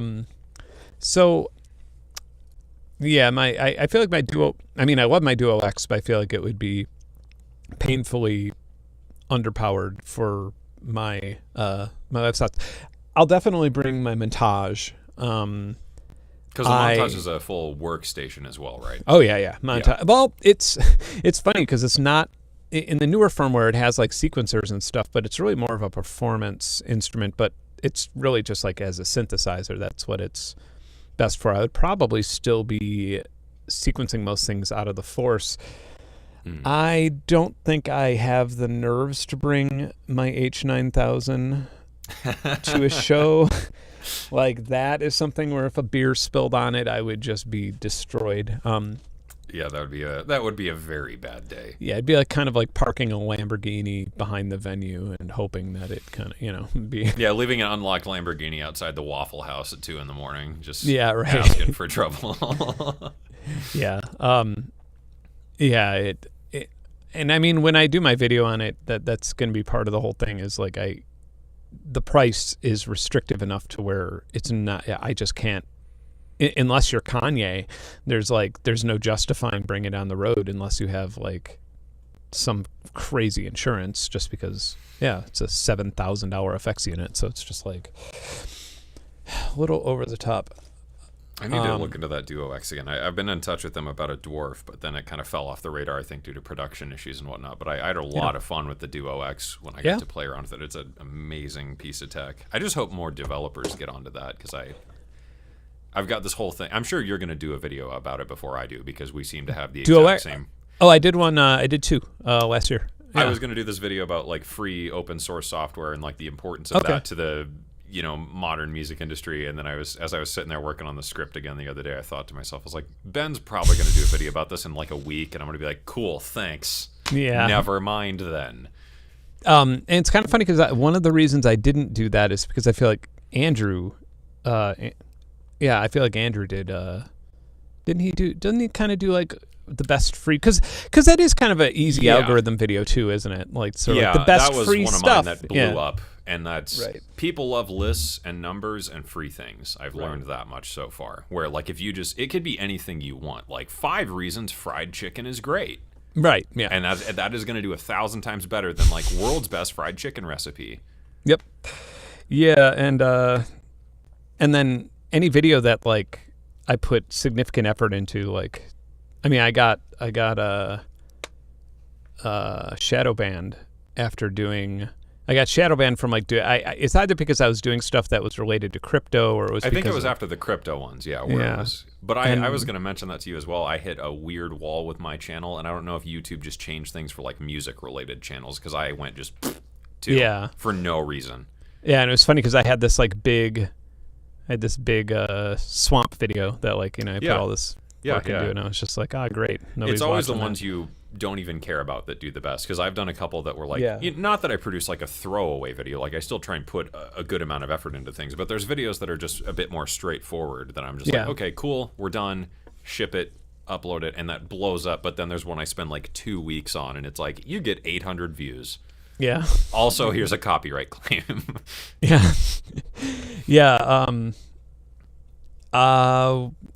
There's also that Aviate Audio. Yeah, I saw that from your NAMM coverage. That looked like a really, really interesting idea. Yeah, and it's lower level than the mod. And I was kind of initially I didn't even pay attention to it because I thought it was mono, but it's actually you could just put a splitter on the they're TRS, so you could just put a splitter on the outputs and inputs. I'll have to look into that then myself, because I've been thinking about doing something again with things in that ballpark. I just got to find the right way to make it interesting. I feel like that's the trouble with a lot of YouTube ideas. I'm sure you have the same thing. I have a lot of videos I want to make. I just have very few that I've figured out how to make it interesting and watchable. Yeah, true. Yeah. Or you could always just go the full on the spin chip DSP boards, where actually make a pedal. Richard Iverson, hope I'm saying that right. What do you guys think about Andrew's space theme / story? Meaning his whole outer space thing. I'm assuming that's what you're asking about. Yeah. You answer first while I look for a headphone. Yeah, I think Andrew Wong is one of the best YouTubers for this kind of stuff, because he pushes things into his own realm, and it's a fascinating blend between the idea of YouTube being a personal platform and something that is a full, like a TV show. And he did a video a little while ago about, I believe it was titled "The TV Show They Wouldn't Let Me Make." And I love that he was just like, okay, and just did it. And I love that he's doing this whole idea and really leaning into something else. Being I don't know what I would consider him prior to that, just like a producer tuber. Like someone who is a YouTuber that also produces music, but he's leaned into this whole idea of YouTube as like a television show and just a full production, but also leaning into his roots. I think it's a really cool idea. I wish I was that interesting and creative. So, I mean, it's probably, for any of my subscribers, it's probably not or especially anybody from my Discord or something, it's probably not a surprise that I've been trying to, slowly squeak my way out of the audio world and into the science world. And, and I've forever been wanting to do a series on existentialism and on... I've been waiting on that, because I'm really into that kind of stuff, too, and I was like, that'd be an interesting watch. Yeah, and...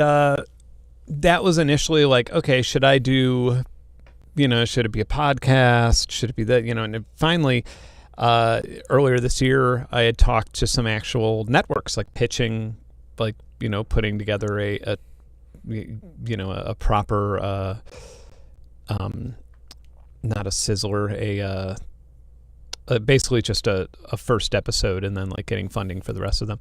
Yeah. And it's called something different from what it used to be called on television.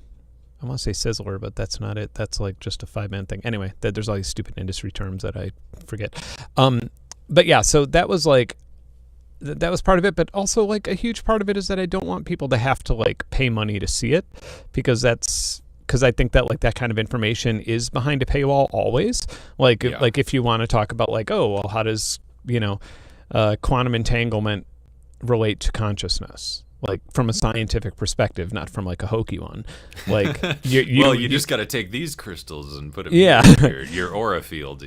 Yeah, and you need to save up a couple $1,000s just to read the papers. And that and so basically, I like the idea of it being free, and so it's like, all right, I'm going to keep trying to get it. Yeah, it's not called the Pilot anymore, by the way. Somebody said Pilot. Yeah, it's not called the Pilot. It's called like begins with an S. But yeah, that's and now I'm like, okay, so YouTube, and I'm trying to bridge my way there, and I just need one video to actually do well, like one science-related video to just do as well as a video on VCV Rack or Metasynth or something else, and then I can dive, but. Yeah. But I feel like that's the beauty of Andrew Wong. Someone pointed out as well, is he's at a point where he can just do this stuff like that. And for more of like a mid-tier YouTuber, you cannot experiment. You are what you are, and that's something I've been very frustrated with myself. Is like, I don't want to be the free open source plugin guy, and I don't want to be the this. It's like I'm very into sound design and music and stuff, and I want to teach like music theory and scoring and things like that, but it just YouTube locks you in this box, and it's incredibly frustrating to try and weasel out of that.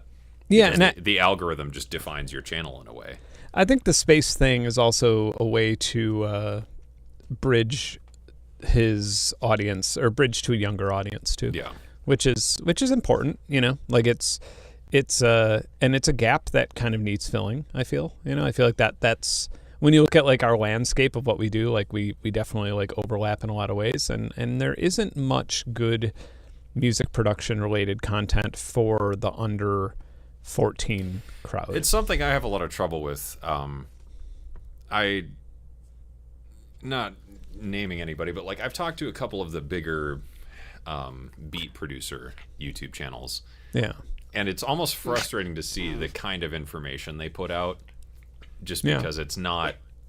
I don't know. They label it as being educational, and this is what it is, and this is face value, and it's really hard to be someone who like I want to try and consider myself at least somewhat of an educator or a teacher.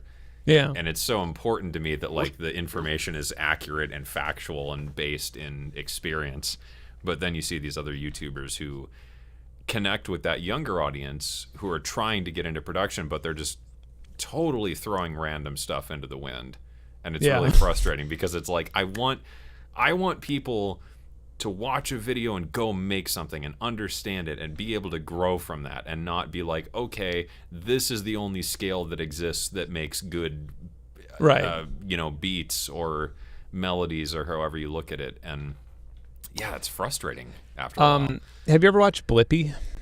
Probably, unless you have a child in your house, it probably does not come on your suggested videos.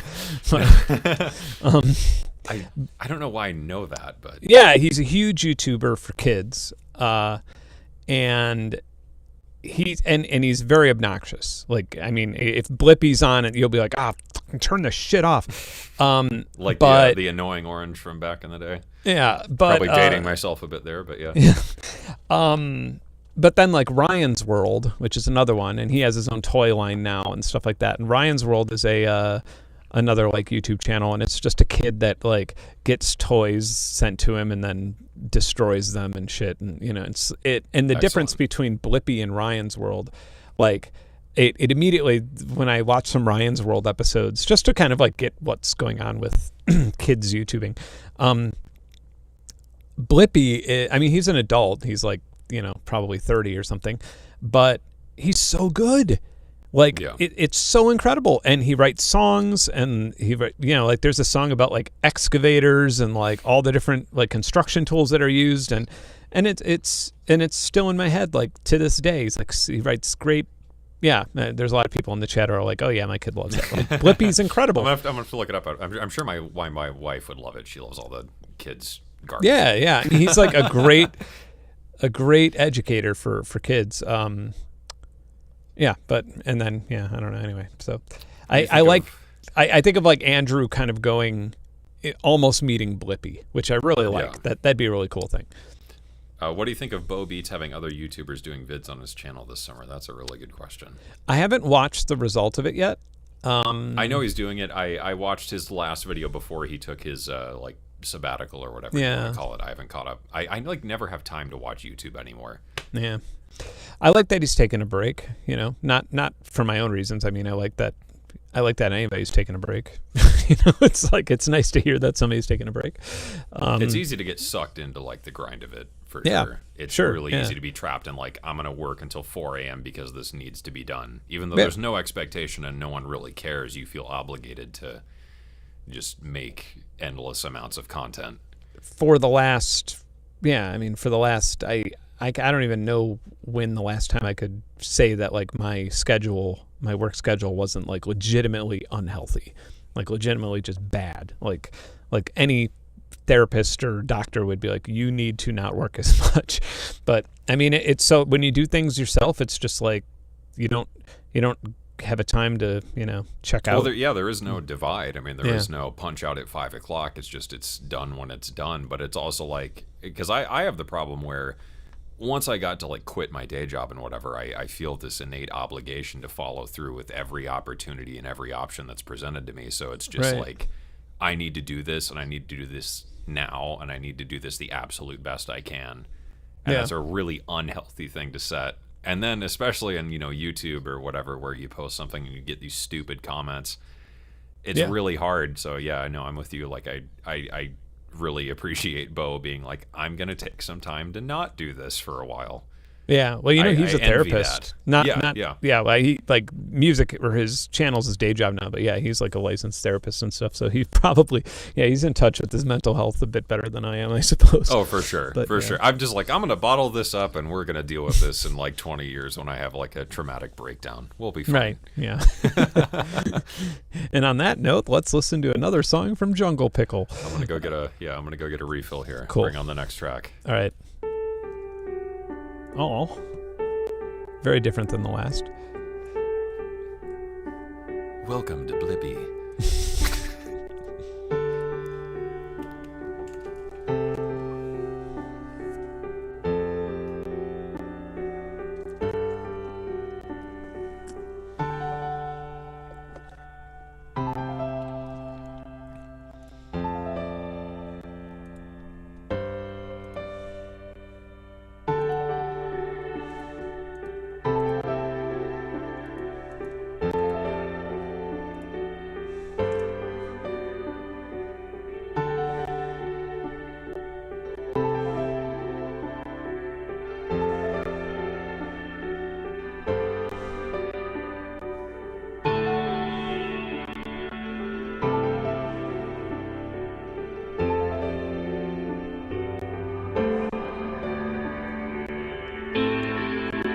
Oh, I like that.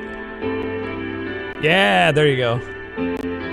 I was wondering if there's going to be an alternate melody. I was like thinking of one in my head. I was like, ooh, more could fit here.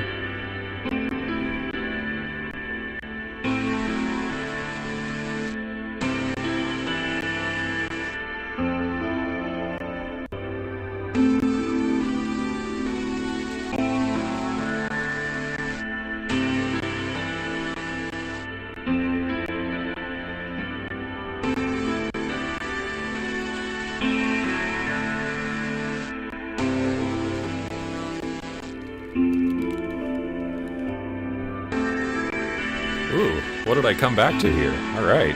Yeah, this went to different places.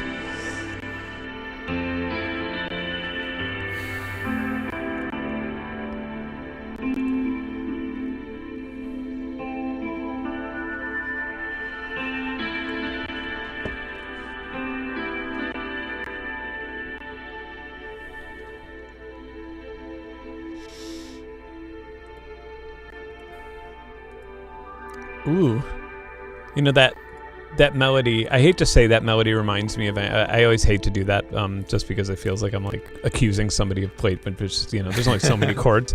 That the end of. Have you ever seen the British show Jam? It's a Chris Morris show. I know of it. Yeah, but this melody was used in like an ambient way in the background of a lot of like these really dark scenes, but made it sound really bright. Yeah, that was great, Jungle Pickle. That was. So all piano with effects. That's a cool idea. I like that. Yeah. Nicely done. I see we got Signs of Life here. Hello. If you're not familiar, Signs of Life is also great. Go check him out. Sinfera Records. Swag shirt. Nice. Yeah, some people were complimenting your shirt. Yeah, that was a while you were really, gone. really cool track. Jungle Pickle coming in strong with some good stuff. Did somebody ask about your shirt? Where you got your shirt? Oh, there you go. No. From Yeah, Signs where did of you Life. get that? I got it from Signs of Life. This is his label. Oh, I see. Okay. Got it. All right. Well, I designed mine. Love that. Yeah. I need to get on some merch again at some point. I'm still kicking myself that I never designed a coffee mug, but I'm thinking about what you talked about, doing like a limited run of like coffee. Yeah. It's like branded. Yeah, I would love to do that. Yeah, they like you could just like try out all the little beans and Yeah. and they'll roast them for you and then An excuse to bag just 'em up drink and- coffee until my stomach ulcers act up again. Yeah. You know, like bring it on.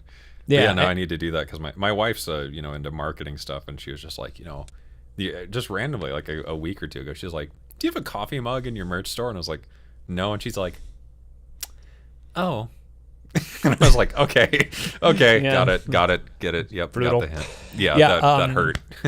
I have Alpha Basic mugs from my old label that are still floating around here, and yeah, they lasted quite a bit. Yeah, but go for it. The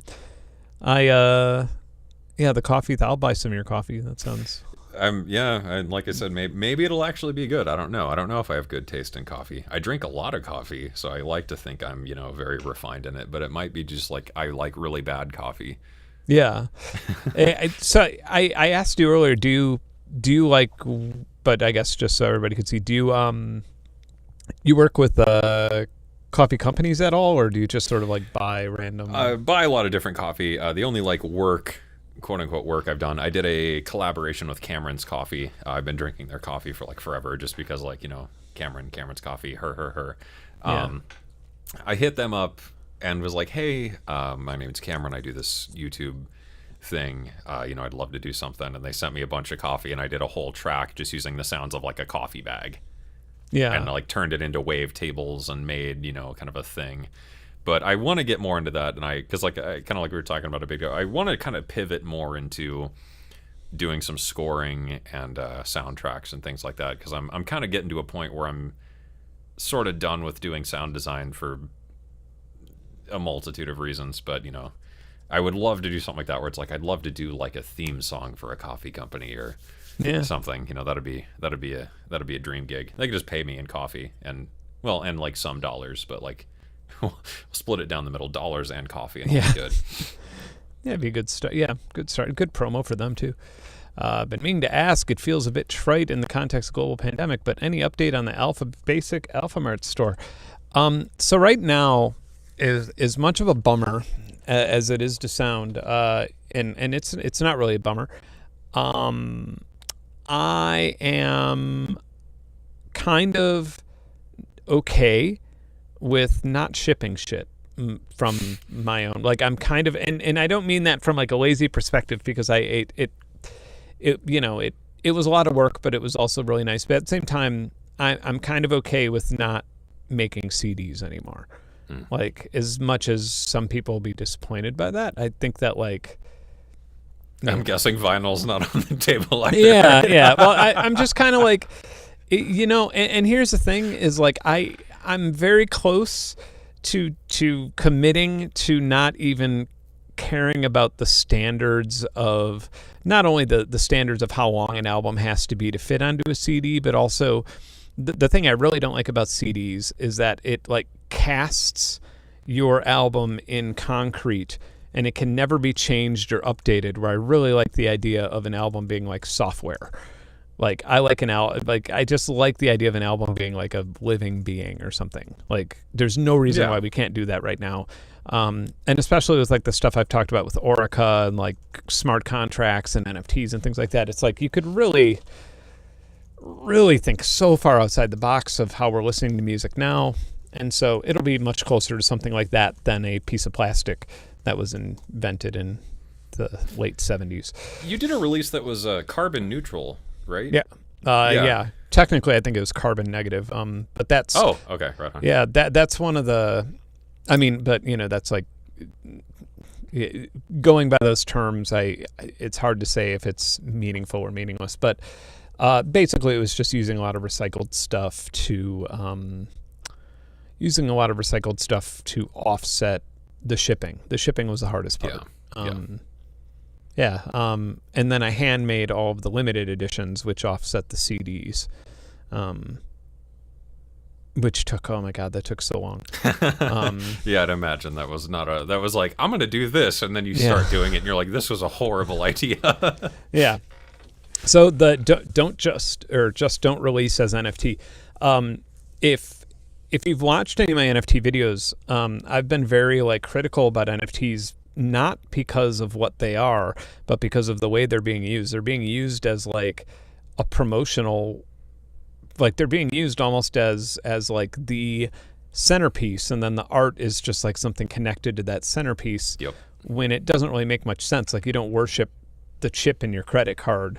You just buy something with your credit card. And NFTs are also not necessarily, like the way that we like, when I think of the way that we use blockchain right now is if we look at like just with Bitcoin, the way we create these markets where we just buy and sell coins in the blockchain, it's almost as if like we invented fire and then we just look at the fire instead of cooking things and making tools with it. Like we're just like, look, a fire, it's pretty. Let's keep looking at it. That's the way I felt for years, is like when crypto really started popping off, like I'm not like super versed in crypto, but I know enough. And that was the thing to me, it was always stuck out. It was like blockchain is, crypto is sure. Yeah. But blockchain is really where it's at, and I feel like it just hasn't been totally utilized yet. I don't know, it's weird. And it's this massive industry or massive economy that's dying for mascots, that's dying for something connected to it that actually touches somebody emotionally. I mean, look at Dogecoin. It's literally a meme.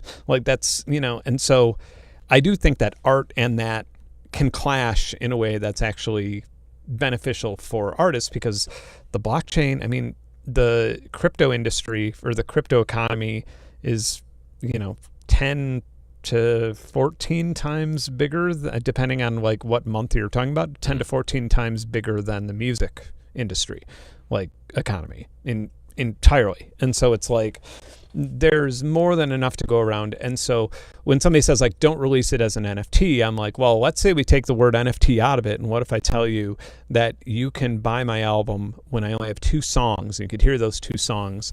And as the album gets more and more popular, you could actually sell the album to somebody else and make a profit because you discovered it early. And then all of a sudden, like, it just becomes a lot easier for me to make money. Spotify doesn't have to be involved. TuneCore doesn't have to be involved.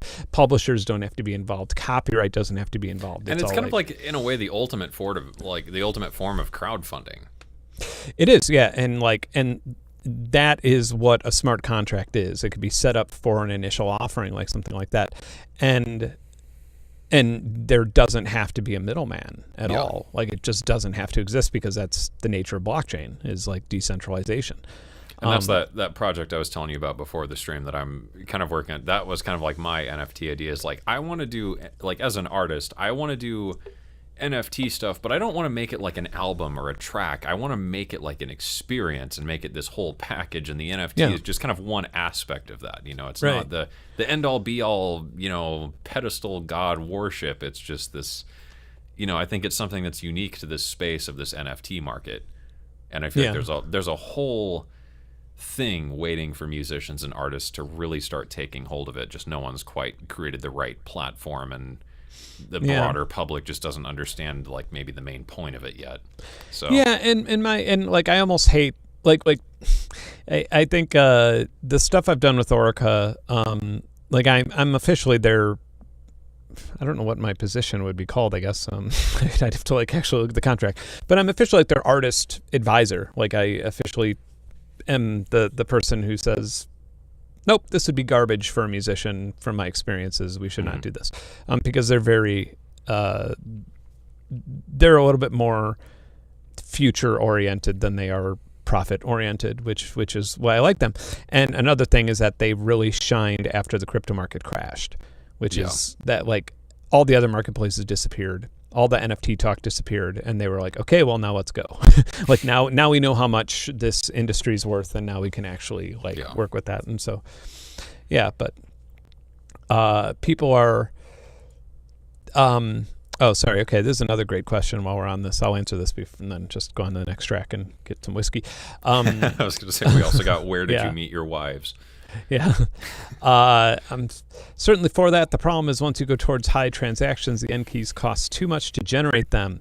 Yeah. Well, I absolutely, positively would not ever be using any sort of Orica, the way that it's set up, you can go in and out with fiat currency without ever touching a proof of work blockchain. So you could go straight into proof of stake. The transaction fees are fraction of a cent. Instantaneous, there is no wait time, there's no gas fees, anything like that. It's that's the problem. I've wanted to get into that, and that's just been the big drawback for me. Is I don't want to get involved in that aspect of it, where it's so ridiculous, and I feel bad doing that. And it's using Binance Smart Chain, which is not decentralized, but the reason it's using that is because once Ethereum does go to 2.0, then it's very easy. Binance is basically very similar code to Ethereum, and so it could just bridge into Ethereum 2 very easily if need be. But it could also be bridged into I could list off a million different cryptocurrencies that it could be completely bridged to, but it's not locked to one blockchain. That's my overall point. But I'm very, very committed to not using a proof of work blockchain because it's so terrible for the environment. It's not good. Yeah. All right. So let's go. And who is this one? This is me not being able to figure out how to use the interface. There we go. So this is Meniere's and Nornek. There should be a space between there, but this font wouldn't allow it. Am I clipping? Maybe just a tiny bit. Okay.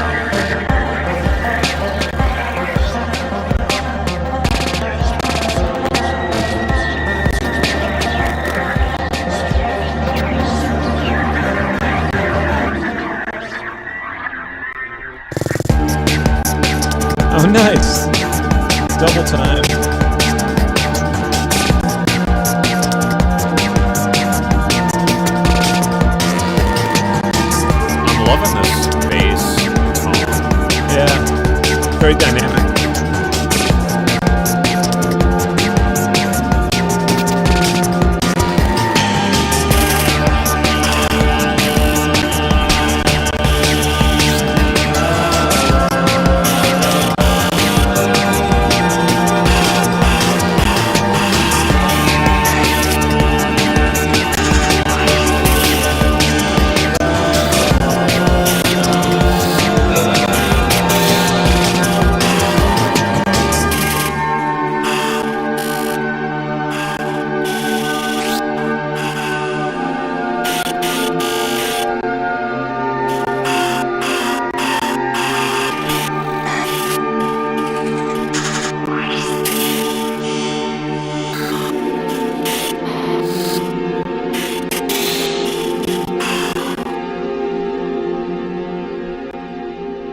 Yeah, I really dug that. It's my favorite so far, I think. It reminded me of Otto Totland, if anyone's familiar. Kind of like an Olafur Arnold's sort of composer guy. Loved the chords in that. Man, that was beautiful. You know, no, I'm not gonna spoil anything, but Nornak is also a developer, and he has something that's I'm gonna feature something that he made that's quite incredible. It's a very, very new. Well, I mean, I've seen it before, but there's no contemporary ways of doing it. But it's a very awesome way to sequence. Your Discord must be the place to be, man. Yeah, and everyone can join with the link in the description. For only $1 a month, you too can be a part of Ben Jordan's Discord and submit for the next track listening stream. Yeah. Composer's Desktop Project. Oh my god, man! Oh god, that's some memories. Yeah. Oh, I've wanted to do something on Composer Desktop Project, but it will not run anymore. I don't know what's wrong. Really? I can't get it to work. My computer just doesn't like it. I don't know. Wonder if it's a Windows 10 thing. I guess so. I don't know. I also have a problem now, though, where if I create a new folder on my computer, I can't rename it. I have to go into the Properties menu to rename it. I don't know. And I'm not on like the Windows like beta thing or anything stupid. It's just I can't rename folders now. So yeah, I've wanted to do a video about Composer's Desktop Project because that was like one of my first exposures to like, oh my god, what did I just create? Yeah. And it's just got one of those like special places in my hearts, but I can't run it anymore. It just doesn't work. So I don't know. I'll defer that to Ben until Windows can sort that out. I mean, speaking of Aphex Twin software, that's like what he used to make like Bucephalus Bouncing Ball and all that stuff. CDP is just a chef's kiss work of art. It was amazing. Yeah, I wish that everything had like all the different tools, algorithms. I wish that they all had GUIs. Like so much of it is command line, which is. It's kind of like Air Windows, but like hard mode. Right, yeah. All right, next track. I'm going to play it, and I'm going to grab some whiskey. I'm going to crank it up so I could hear it on my way to go get the whiskey. And just pretend that there's spaces.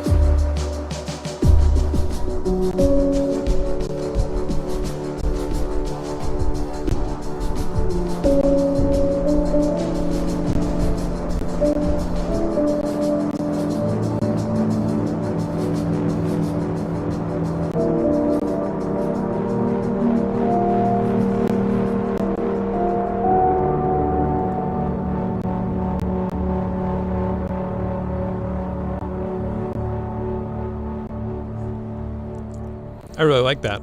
Yeah, it. There's a track by Massive Attack.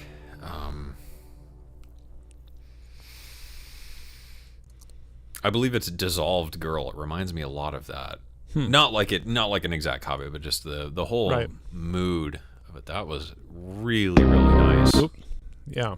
I'm just going to pause this so one of us isn't big and one of us isn't small.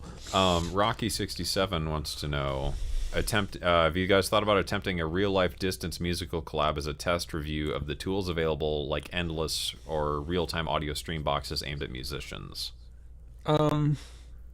I did a stream on Endless with I go way back with Tim Exile. And yeah, I did a jam with Endless, which was a lot of fun. And I want to do another one. That was great. That was so much fun. It was so crazy to like hear everybody's feedback in real time with what was going on. The other ones I've not tried, so I'm interested, and that'd be fun. And we also live, I don't know how far we live from each other. Let's see. I mean, I almost moved like exactly where you did, so we almost lived about 10 minutes away, but because we went to Georgia on our honeymoon, and Alicia absolutely loved it. I did too, but then we went to Savannah, and she's like, "It's really hot here." Yeah. It's like, yeah, it's pretty hot. Yes. Let's see. So not going by like exact street address here, but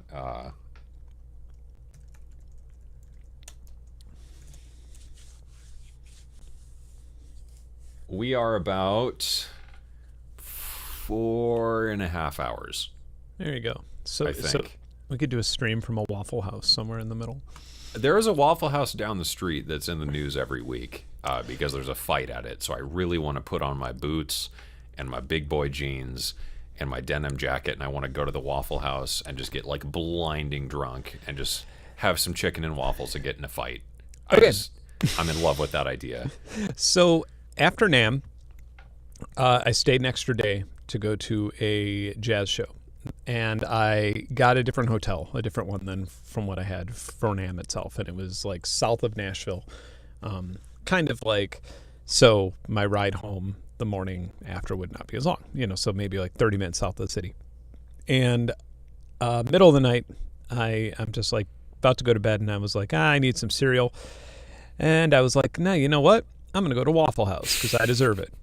That was your first mistake. Yeah, and so I go to Waffle House in the middle of the night, and it was actually a crazy story.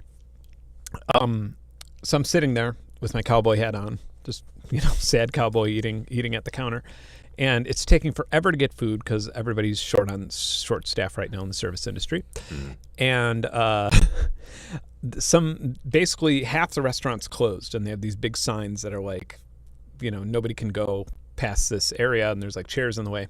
And this guy walks over and like climbs over the chairs and goes and sits down. And the manager of the store is like, "Hey, you can't be back there." And he's like, "Why not? Why can't I sit back here? There's no reason I can't." And and the guy's like, by that point you were probably like, yeah. I was just like, yeah, great. Well, I was like, should I get my phone out, or is that just gonna like agitate him more? Because I really do want to record this whole thing. And so and so I am just eating like 2 scrambled eggs and an English muffin, and I'm in heaven. I'm loving it. And so this guy it gets more and more belligerent, and eventually is like screaming at everybody, being like, "I make more money than you fucking people," and all this shit, and like going completely crazy, and like is like screaming at top of his lungs, threatening everybody, and then like leaves, and then and I'm just like, all right, whatever. And so he comes back in not a minute later and stands up on the chair next to me and is screaming at the people working there, and then takes my plate of food and throws it at the cook, and it just smashes all over them. And like in the process, he like nudged me on the side, and I'm like, well, now I have like, and in my head at the time, I'm like, I have the legal right to like crack him, like like at this point, like I'm not like a badass, but like Well, you're former MMA, correct? Yeah, I'm a Golden Gloves champion. So and you're tall. You're a decent sized I'm human. 6'2", yeah. So I'm like, yeah, I could hit him in the chin and just put an end to this. But so he does that, and then he goes outside, and he goes outside the minute I stand up.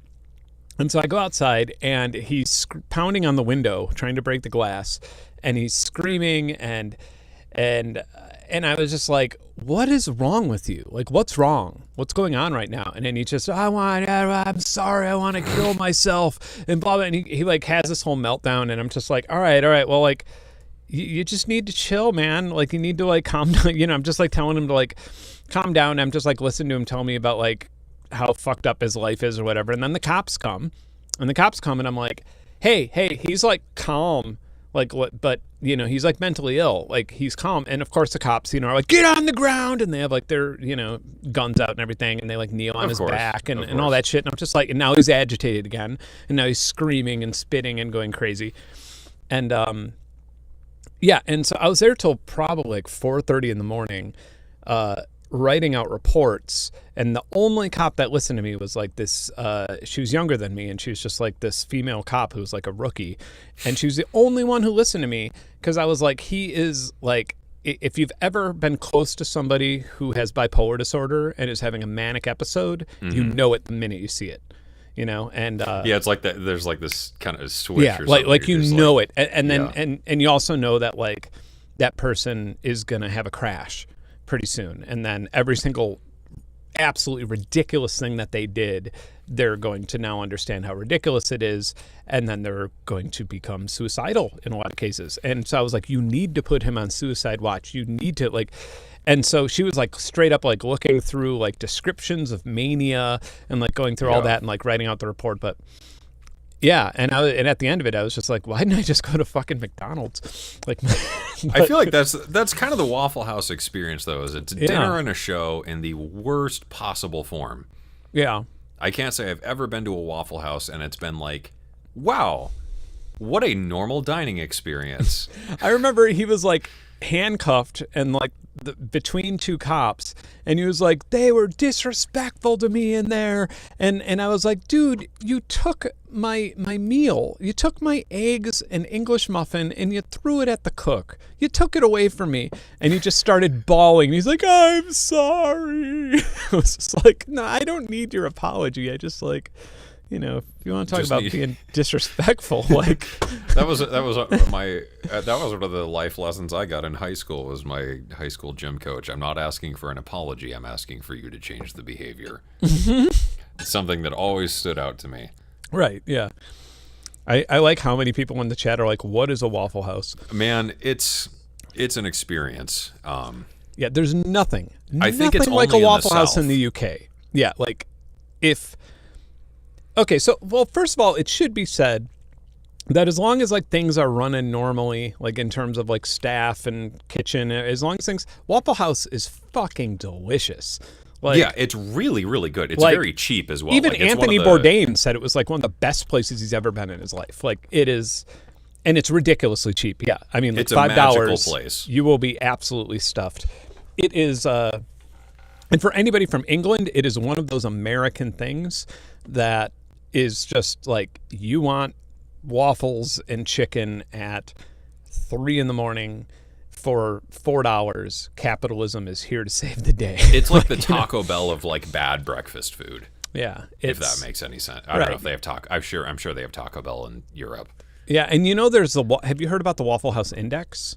Are you familiar with this? So like, this is actually a government thing that they like. There's actually a judgment of how bad a disaster is Waffle House fully operational? Do they have only like their emergency menu, because they have an emergency menu and they still operate when there's like no power? And then, like the post office where it's like, if a nuclear attack happens, these are our Okay, so yeah, that's and then they also close if it's really bad. And so like COVID was the first time in like ever that they've reached that final like Waffle House index of I'm glad that somebody else heard of this and I'm not completely crazy. But Yeah, the Waffle House Index is a real thing. Maybe that's one of those things like I heard on the internet and I was like, oh, you're Yeah. full of it. Like, that's not real. Yeah, it's that, and there's a Maybe I just spent too much time on 4chan where I just don't believe anything anymore. yeah, that and what else is the oh yeah, the mac and cheese index, which I don't know if that's such a thing anymore, but like Kraft macaroni and cheese, if you followed their sales, you could predict the stock market to some degree. Like Really? if sales were up, that meant that you should probably pull out. I'm picturing what is it, Charlie from Always Sunny in Philadelphia, the gif of him with the yeah. the like conspiracy map. Yeah. Yeah, but like if people are buying more mac and cheese, then like it's a good sign that like the Dow is going to be closing lower in the next week and so on and so forth. Stonks, man, I tell you. Yeah. So we got a new track? Yeah. All right. Yeah, I do. Next track. I I feel like we could just sit here yapping forever, but we should Yeah. listen to some music too in I between. just want this to be up on top while the new track plays.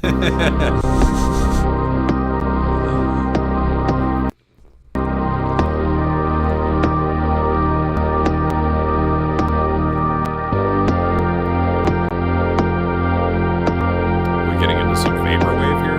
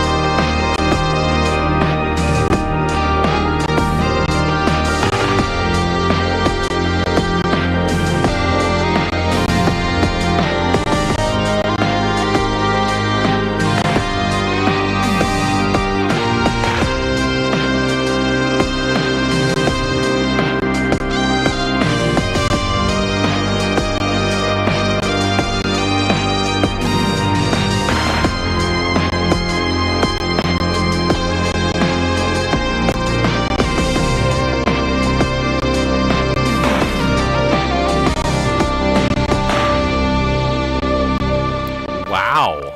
Yeah, that was great. Obsolesium, excellent work on that. I always think one of the most important things in music is just the vibe, and you absolutely killed it there. Yeah, Just that agreed. it's such a, I don't know, it's that full package thing where it puts you in a mood, like it takes you somewhere. That was done with phase. Oh, never mind. Can't talk about that part. La la la la la. That doesn't exist yet. In a couple months. Yeah. Yeah. Faceplant. Excellent choice for that as well. That's impressive. You did that with Faceplant. Yeah. I need to get into Faceplant more. It's one of those tools I use a lot for my sound design work, but it's not something I use in music a lot. Oddly enough, I feel like it's like Falcon though. I use Falcon all the time for sound design. Yeah. Very rarely do I use it in practice in a track. Yeah, I need to give Faith Plan, and maybe at some point in the future stream, I need to like super fun synth, super powerful. Yeah, like I was on the beta for it, and I really liked it, and it just, you know how it is. Like there's just so much crap. When I say crap, I mean like awesome crap. Well, it's feature overload, where I feel like in practice I can't have that because then I get nothing done. You know, working primarily as like a sound design person and whatever, I get lost in tweaking. So like when I open Phase Plant or Voltage Modular or Falcon, I'll just sit there and like play with stuff, and then I'm like, ooh, you know, I should do this thing, and then it's been 12 hours and I haven't written more than like 30 seconds of music. How do you feel about Vital? I think Vital is like one of the best plugins I've ever. Vital is one of the most important releases in software in like probably almost the last decade to me. Yeah. It represents so much of what I love about the modern music community, and then the fact that it went like, you know, you can look at it on GitHub and stuff too, is just like yeah. And I was like, that is it. That is everything I love about what music is these days, and I love this collaboration. And it's like Surge. I have so much love for Surge as well, because it's this, and like the mod devices, that also is what got me in. It's this coalescence of musicians and developers and everything that comes together, and Vital is such a cool representation of almost like what I would consider the pinnacle of that moment of like, it's free, it's powerful, it's beautiful, it works, it's capable of so much, but it's so intuitive, and it's like the ultimate amalgamation of all these amazing ideas and different talents coming together. But the fact that it's also free and enables musicians to make music, like that's just such an incredible thing. It's the game dev mindset in music software, and that's like Matt Titel is like, the previous project was a Unity audio thing, and so it's like super rad. All right, next track, Theat. This one has a weird. Let me read the name of the actual track. A stolen car crashed through my wall, but I am still alive. Okay. Yeah. Probably at a Waffle House.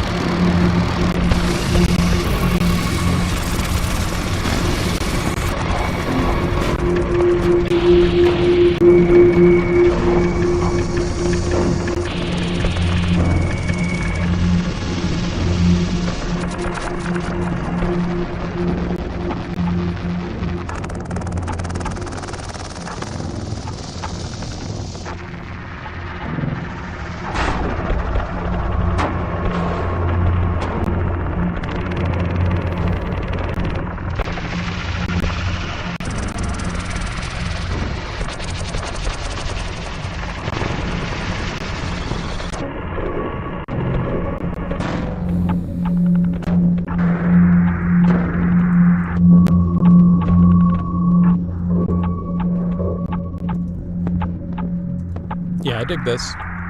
Yeah, no, I love this one. Tanzer. It reminds me of Stalker.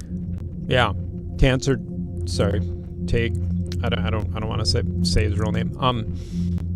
Yeah, dots. Dots are incredible, man. Dots are like mind blowing. What is Dots? Pretzels. They're like super flavorful. Yeah, it's like some pretzel recipe from this woman named Dot in North Dakota. And I'll she's see like, if I can find some. she's like the pretzel goat. The pretzel cone. I'm a spicy food guy. I like spicy stuff when I'm drinking. I wouldn't say they're spicy. If you have them with bourbon, if you just like with just like a glass of bourbon like this, your taste buds will probably like be like, dude, come on. But I was gonna say I usually like bourbon and a cigar when I'm allowed to have a cigar, and that's about bourbon and like a flat prep, or like what I'm eating right now. Yeah, not really.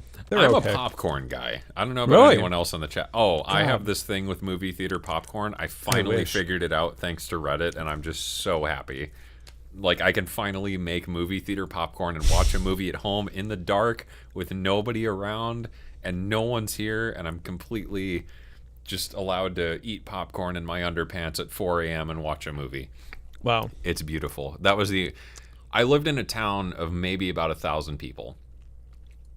And, but mind you, I mean, only maybe 200 actually lived in the town. The town was just this whole, like, I don't know, gajillion mile area in the middle of nowhere in Illinois.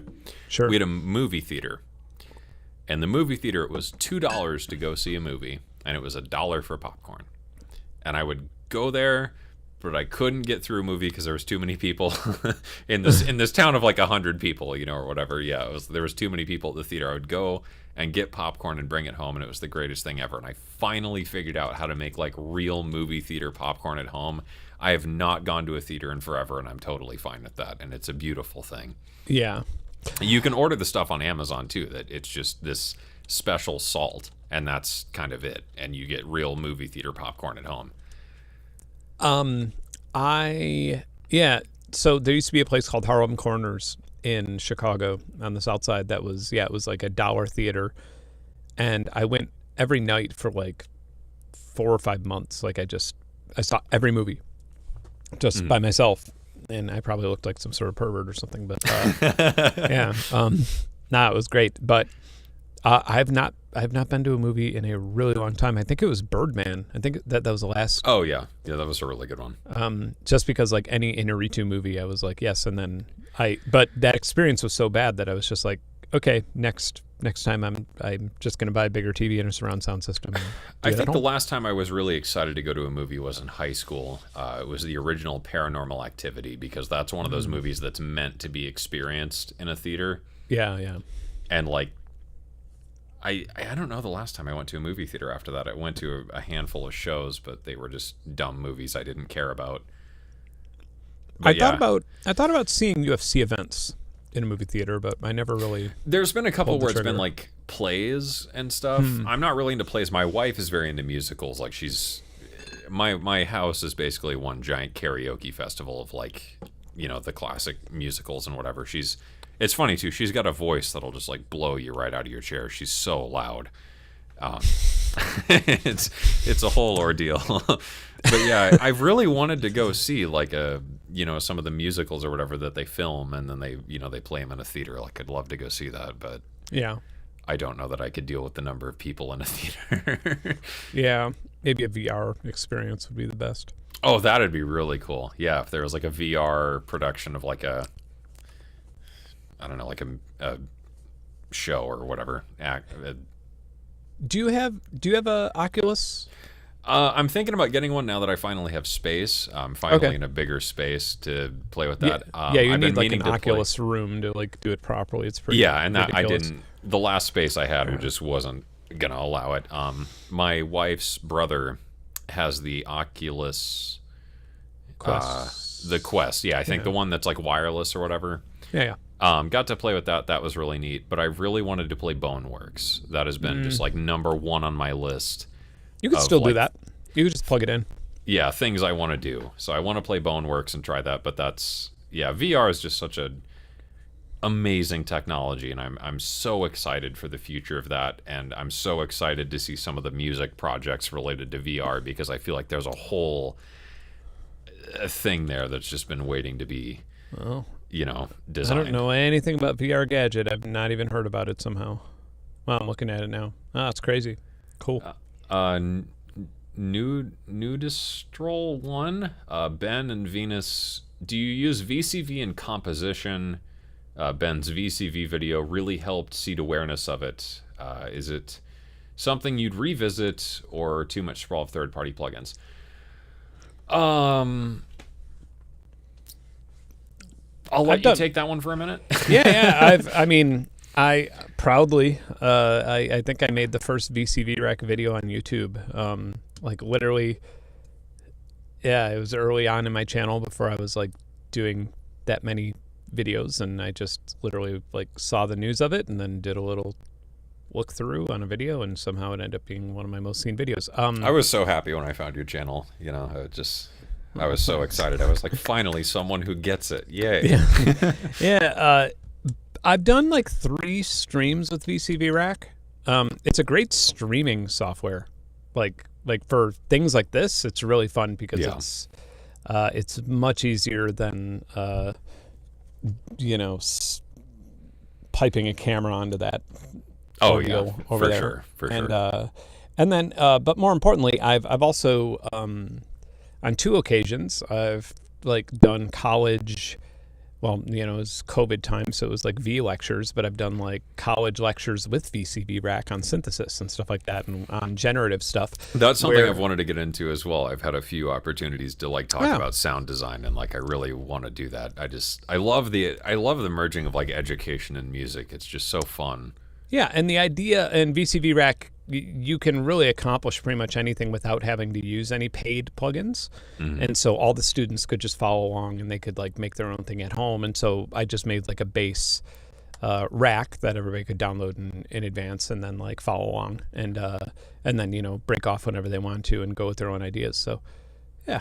And that's like the idea I love about Vital and stuff as well. Like VCV is open source, Vital is open source, Surge is open source, LMMS is the open source DAW, I believe. Yeah. I love that idea of just, giving tools to people to create something.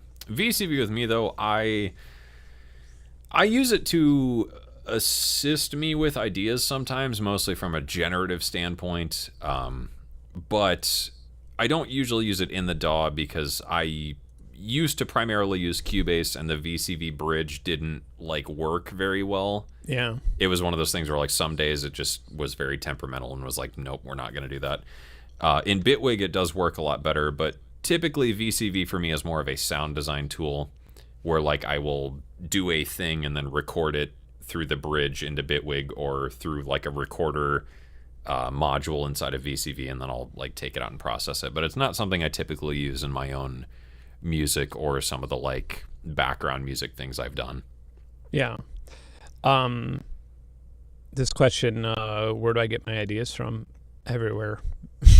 A lot of times I just get them from playing around, like just literally playing the piano or the guitar. Do you primarily start like melodic elements and whatnot? You're not necessarily like a trained musician, correct? You didn't do like conservatory school because you got rejected because you played the guitar backwards. Yeah, right?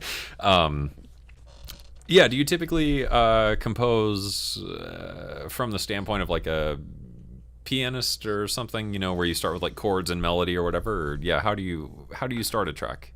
Yeah, it's usually guitar or piano is usually where I have like some sort of idea. And then every now and then it's like a sound design thing where just something sounds really nice, and then, I'll jam over that and then keep moving from there. And yeah, a lot of times with the last album, a lot of it was like Euro Rack patches that just, a Euro Rack patch was like 10% of it, and then I just built off of that. Yeah, that's usually a thing. Owl Gear. I have no idea what that is. Yeah, it's like I had a module. I think I sold it. I think I gave it away or something. Not in a bad way either. I think it was just one of those things where I was like, I'm not using this. Somebody else should. Yeah, I had the Owl module. I feel like Pure Data is great, and I love Pure Data, and Pure Data is awesome for a lot of different reasons. In that particular in the Owl modular. Oh, is it like a module that runs pure data patches? Yeah. And Okay. I feel like it's just too high level to have any good like feedback. Because I also have, I remember, I give it away because I have the Nebula 2, which is a little bit more powerful and like does essentially the same thing. Yeah, unfortunately, I'm not cool enough to have any modular gear yet. I just gotta. I feel like my wife would kill me. So. No, it's okay. I understand. I don't. I honestly, I want to use mine way more than I do. I'm looking up this. I just feel like modular gets so tedious after a while. Where like I feel like I would love a real modular like big setup, but at the same time, with what I do for work and whatnot, it would just impede my workflow. It's so much faster to use VCV or voltage modular or like some other tool. Whereas like modular is just more of a fun thing to play with. It's not totally something that integrates into like a fast workflow very well. In some cases, I mean, there's some stuff that works really quick, like the Behringer little tiny self-contained unit, or like the Moog, the DFAM and whatnot. Like you can do tons of good stuff super fast on that, but like a big modular setup, I just feel like I would just get frustrated with it because I'd be like, now I have to plug this into this and this into this. Whereas like with voltage or VCV, I can just like click, click, click, click, click, macro, Command C, Command V, whatever, and be done with it. The modular is mad expensive thing. I actually I'd push back on that a little bit.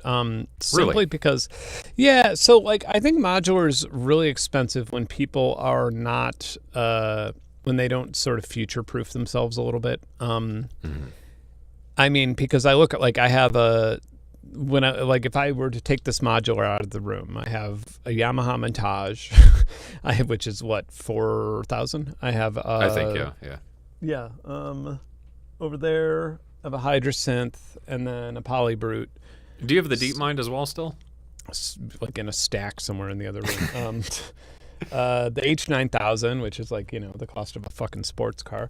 Like, and all that stuff already, that's more than my entire modular system's worth. So I think like the problem with modular is that I think a lot of people they'll buy a couple modules thinking that they're set, and they'll buy a case for that. And then they'll have to buy a new case, which costs a lot of money. Cases are not cheap. And they'll have to buy a new case for one more module. And then they'll like end up with all these empty spaces. And then they'll be like, well, now I need more. Okay. And then they think of things they need. And then they get to the end of that. And then they need new case because then they'll need one more VCA or one more LFO or something like that. And it's just not planned very well. I feel like all hobbies are expensive if you want them to be, or you could be thrifty with them. You could, and with some of the newer digital modules coming out from like Empress soon and stuff like that. That's kind of the thing that's really been interesting to me. It's not I don't want like a VCA. I want a module that does a bunch of things because then I can build a really good, powerful system with only a handful of things. Yeah. I mean, you could have like 5 distings and like be on your way. So I don't really think it's I mean it's expensive, like my rack is like worth a whole bunch of money, but I don't think that in comparison to like guitar pedals or any other thing, I don't really, people always consider modular to be like this, like they always compare it to like buying a boat and stuff, and it's like not really. I mean it's if you're really like reckless with like planning and and if you are one of those people who just can't stand having empty spots in their modular, then it could get expensive really fast. But well, that's why they sell those. When I went to KnobCon, I was cracking up at the idea that they sell these blank HP panels, and I was like, "What? Why?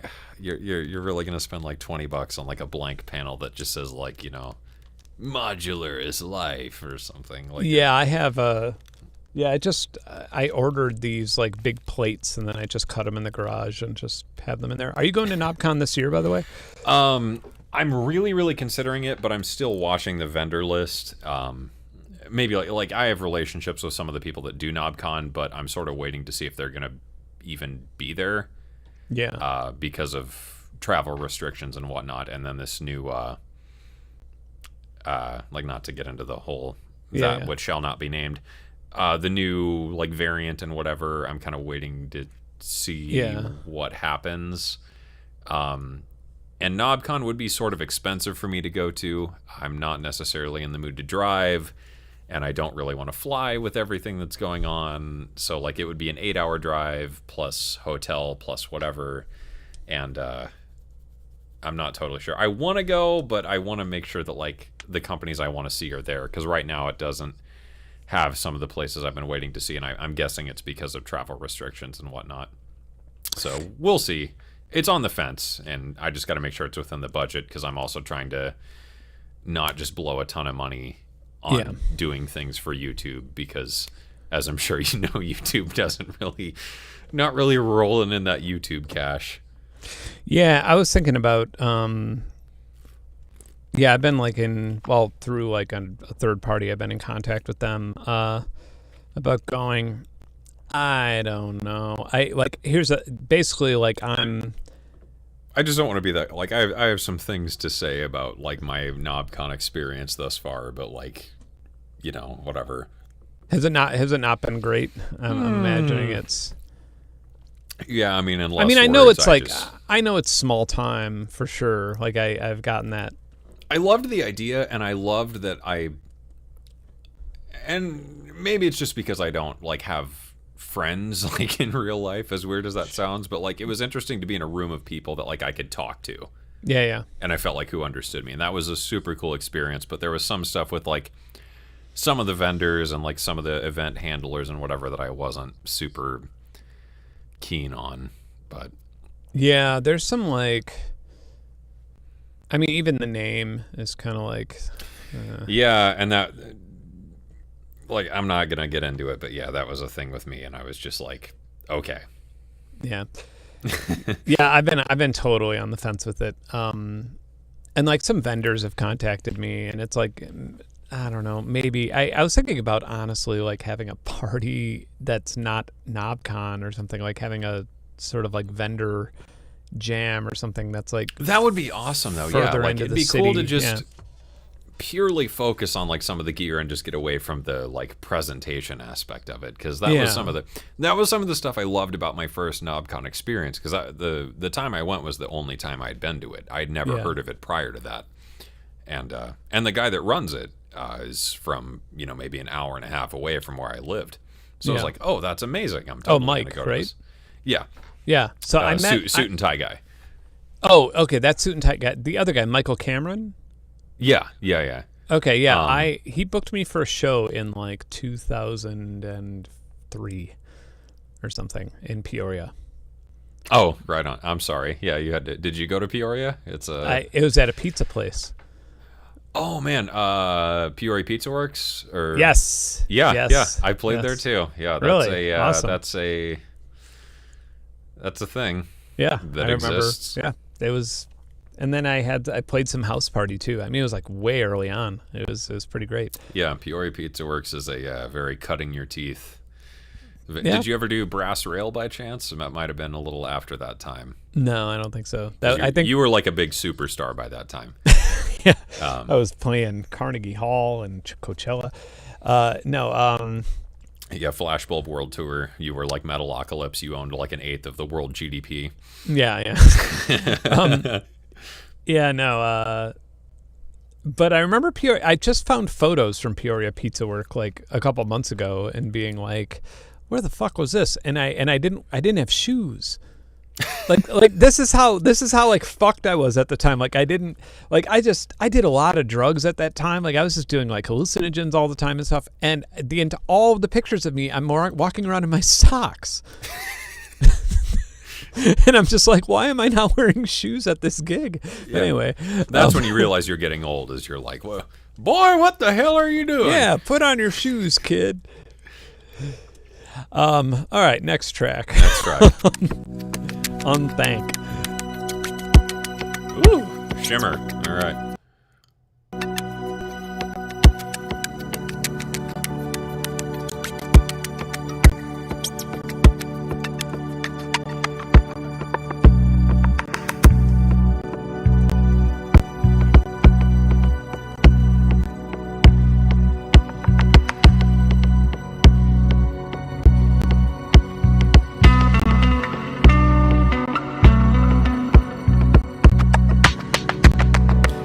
The guitar tone immediately screams Black Keys.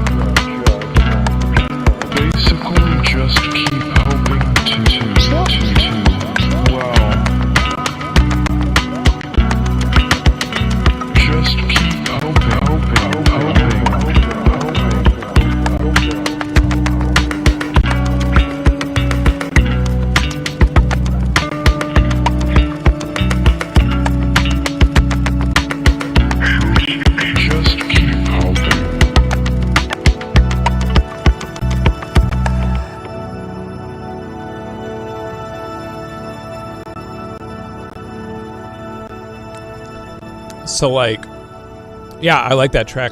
It was good. It reminds me, there's a track from Buckethead, I think it's Shadows Between the Sky. There's a track with like a baritone guitar, and it reminds me of that, but like if the guitar was not a baritone guitar. Okay, I see what you're saying. I was playing. I made some. Have you ever? So there's software for Eventide H9000 called VSig. That is where it's like Reactor times 10, and you program for the hardware. Oh, and yeah. Like, I made a reverse shimmer with that, and like, literally just sat with my guitar like, oh my god, like it's just like, yeah.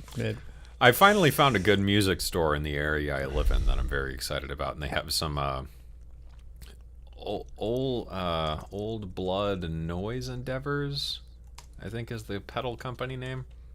I've never heard of them before, but yeah, okay, it is Old Blood Noise Endeavors, and they make some really interesting pedals, and I want to go in there and play with them, because I played with one pedal for like 10 minutes that just sounded amazing before my wife kicked me out and was like, we have to get back to the farmer's market. Where else are we going to buy green beans? We got somebody to download Composer's desktop project. If you can run it, it's an incredible thing. It's really, really fun. It's so weird. It's so a fucking out rabbit there. hole. It's a deep rabbit hole. Yeah, it's, and I wish I could still do it, but for whatever reason, my computer doesn't handle it. Yeah. I want to buy a new computer, but here we are, and I can't buy a new computer. Oh yeah, if you want a GPU, you're fucked. Oh God, I've been trying to upgrade my computer for over a year now. What kind of GPU are you looking for? Because of my video work and like the contract work I do, I was trying to get a hold of a 3080. Oh yeah, okay. And that's just not gonna happen. And because I was gonna say, I think I have like a 2070 floating around. Like I have like a stack of like 20 and 10 grade GPUs. And that's the thing I was gonna do is like I was like, okay, so I can get a hold of a 2080, but like it's just not as powerful, and like the stuff I do, and especially because you use DaVinci Resolve as well, correct? Yeah. The stuff I do in Fusion requires a pretty monster GPU, and I was like, I could spend all this money and get a 2080, but it's not going to be as good, and I'm just going to get frustrated and need to upgrade in like 4 more months. Yeah. So right. I'm stuck in this perpetual waiting period of waiting for an i9 and a 64 gigs of RAM and a 3080, and just waiting and waiting. But I think I'm gonna have to order like a pre-built, as against everything I believe in as a human being. I'm gonna have to order a pre-built computer. Nah, it's okay, man. The computer before this one was pre-built, and it lasted quite long, and this one I'm actually not as happy with. And I mean, I know how to build a computer, but it just... I've been looking at CyberPower PC just because that's the only place I can find anything through, and like it's going to cost me more money, but I was like, based on what I would charge to put a computer together, this is a pretty fair price. Like, yeah, right. And you don't have to deal... Yeah, and if something goes wrong, you have a warranty typically. And that was the other thing, is it's like, with everything that's going on right now, and like the parts being sourced from maybe sort of questionable places, like as long as it's under warranty... Sure. Yeah, with this one, so I bought this one like over a year ago, and it's like a Threadripper, and it's basically 2 identical systems, and except one has like way more GPUs. But yeah, I got counterfeit RAM twice. That's what I've been afraid of. I've read some reviews from Amazon, places. from like mainstream RAM directly from the manufacturer up through Amazon. And if it's okay to take a dump on a manufacturer, I had an HP computer that I was very mad about. I was very mad about this one. I spent maybe... I waited and I got a HP Omen 30L, I believe, for $3,000. Okay, wow. Which at the time was like, that was the best it was going to get. Sure. This was i9, 32 gigs of RAM, 3080, and some kind of HP proprietary motherboard, which I was mad about, but I was like, whatever. I turned this computer on. I had already rendered a YouTube video, but I pulled up Resolve and rendered my most recent YouTube video again, and within like 2 seconds, the CPU was at like 98 degrees Celsius. Like, it was going to melt down, and I was like, you're going to charge $3,000 for a computer running an i9 off a single fan liquid cooling system. Yeah, that's a little intense. But it turned out to gut this system and put it in a new case and whatever. You had to like deal with all this stuff because it was some kind of like proprietary HP 3080 configuration. Right. So I was like, okay, this was the dumbest thing I've ever spent money on. And then I had to pay like $600 in restocking fees. I was so pissed. Oh my God. Yeah. You might be better off with not iBuyPower. Where were you going to buy it from? CyberPower PC was the one I found that had something like affordable. But I'm on that YouTuber budget. Yeah. So, anyways, this is let me actually find the name of the. I love that people have been doing this though with like one instrument. That's such a great idea. Yeah, I've loved these tracks so far. This is so awesome to hear people making stuff. Virai, Love You Forever. And this is a video made by the artist. Okay. There we go. Sorry, it's this one. There. Really went all out then. Made the whole video and everything. Yeah. Made the woman.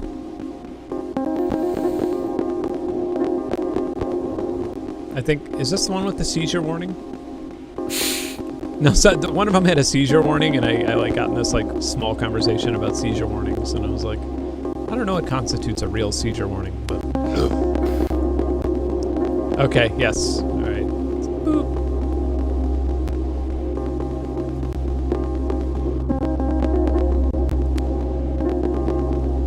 The seizure warning has me so curious as to where this is going to go.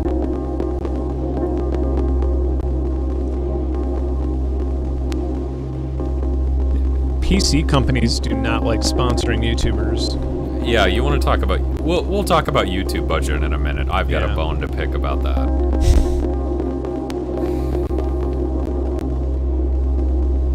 God, I love this sound. Yeah.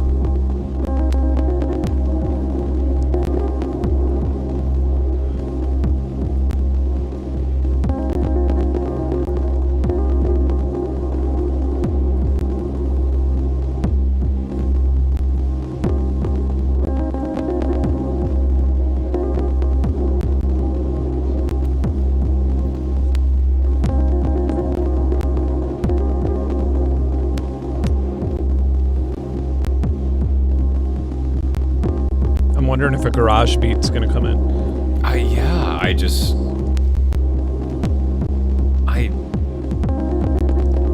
This droning texture just sucks you in. Yeah.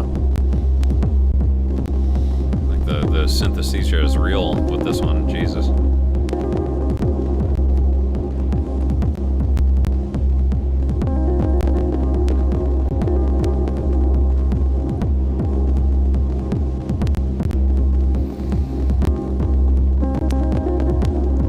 There's something so primal about it.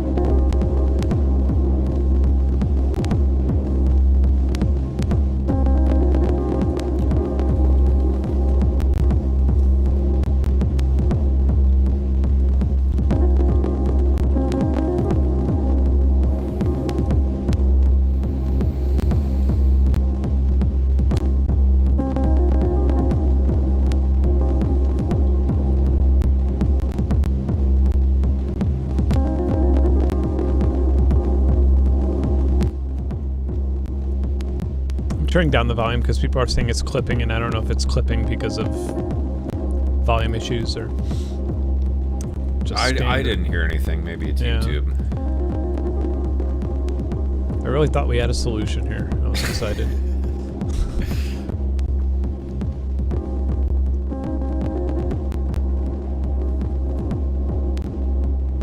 Man. I like that this didn't perk up into something. No, it's just... Man.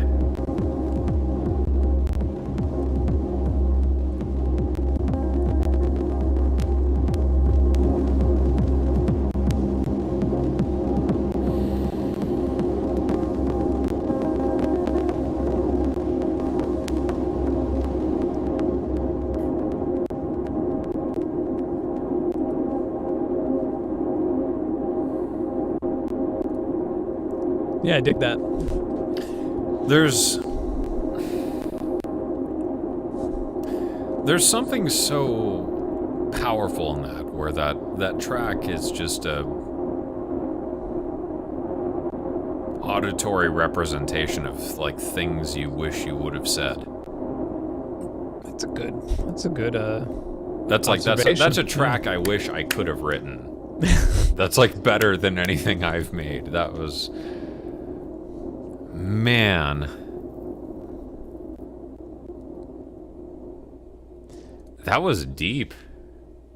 I feel like I'm just gonna like have half the screen explain the setup just because people keep troubleshooting it, and it's like, no, this is not it's not my computer. It's Man, that was a good one. Yeah, that was a good track. Let's see how many we have left here. A few more. Let's go right into Wonky Robot Sliver of Hope.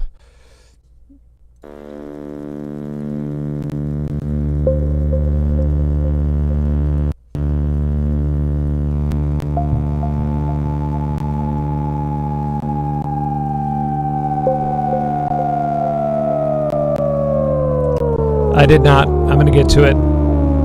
I promise.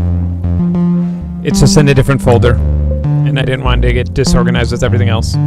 You'll be last. You'll be headlining. Man, that's fat. Some pretzel music right here.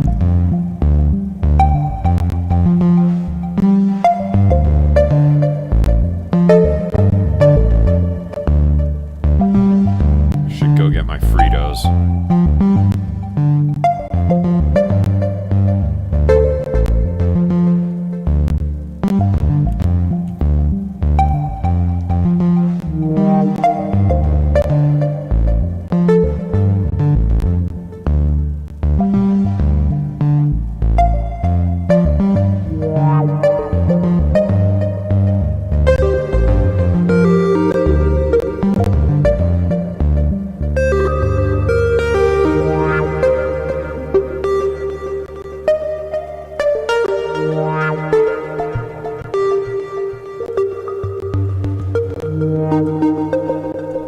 You could use maths as an oscillator. Don't tell anyone.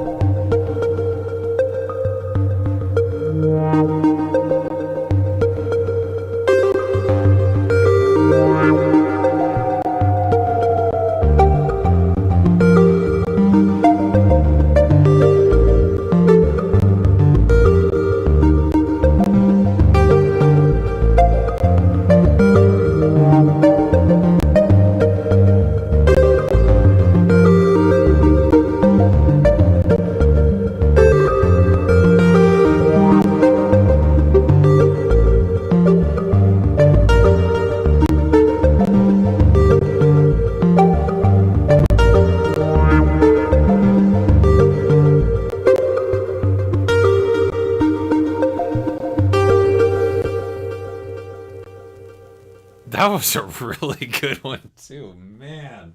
Yeah, I dug that.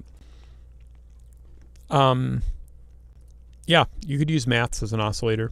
If you like, Loopop did an amazing video that like showcases all of the sort of hidden features of maths that a lot of people don't know about. Who was that by? Wonky Robot. Wonky Robot. Okay, I'm gonna look them up later.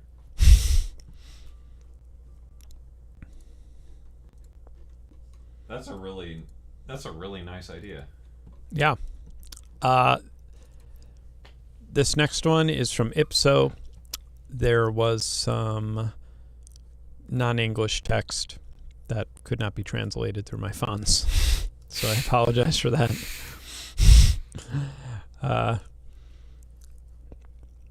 Let's go right into this, and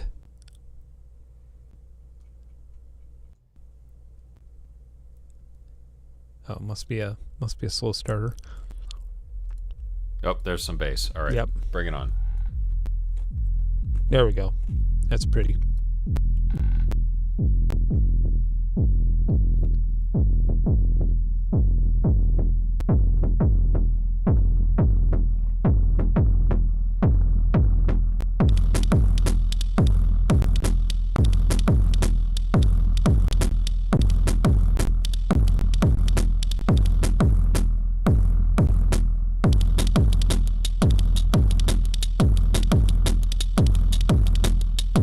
That's mean.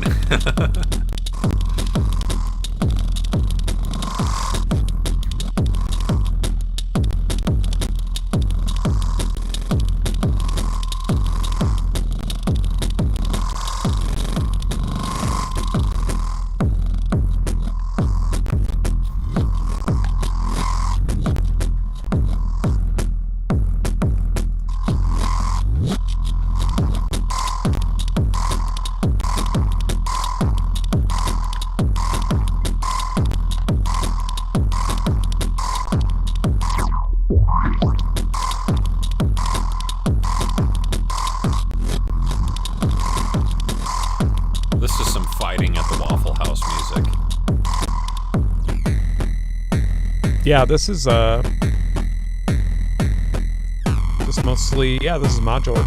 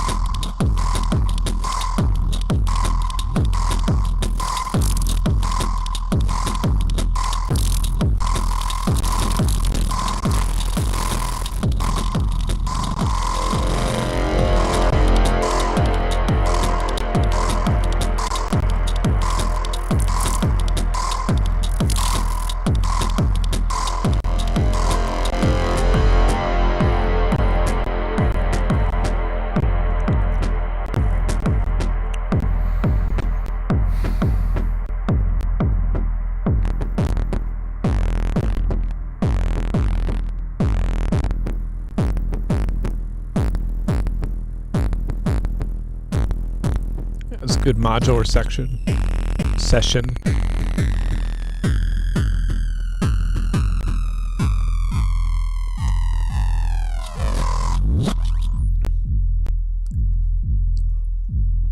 I need to play with that Model Cycles.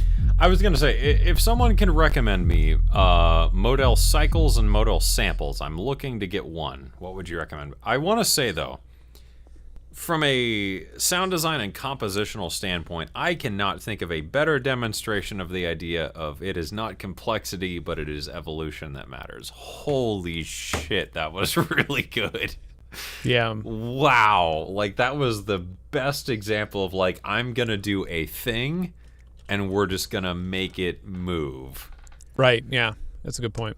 Wow. Really good community you have, man. I mean, damn. That's really cool. Yeah, I've done that. Sorry, I just randomly clicked a thing and didn't even realize it, and it's not a bad question. All right, this one, this is the last one, and bring it on, the headliner. Yeah, this is Thomas and the Evil Computer, and this video, they did the video themselves, and I was kind of amazed by it. So I'm gonna full screen this, and yeah, I only watched part of it because I didn't want to spoil it, and I was like, wow, yeah. So all right, mic volume off.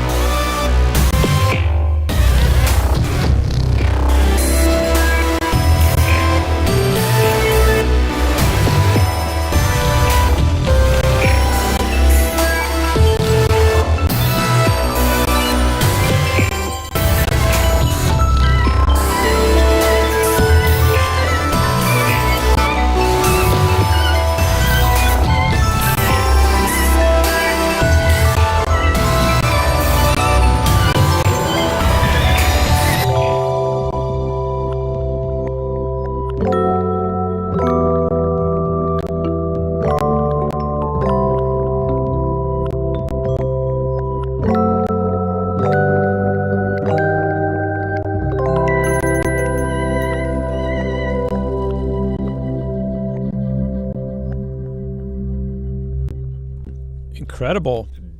That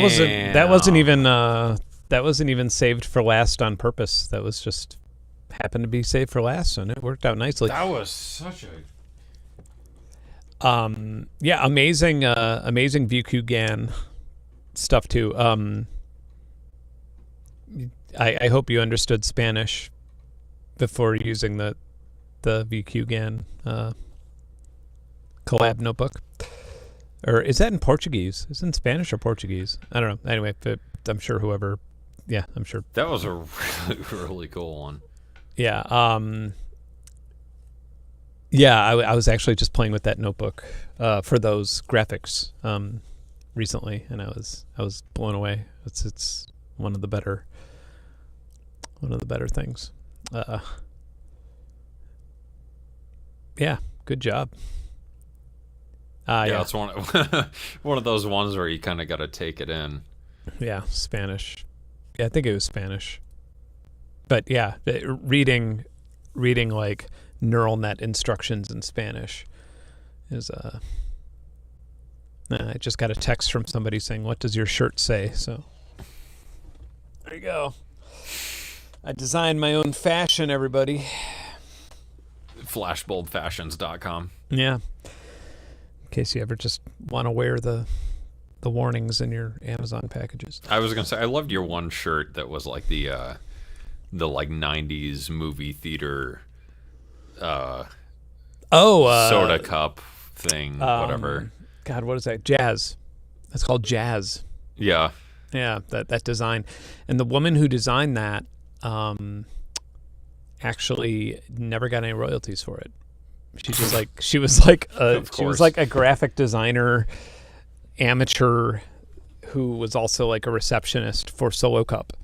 And so she designed Jazz, which is like, the 90s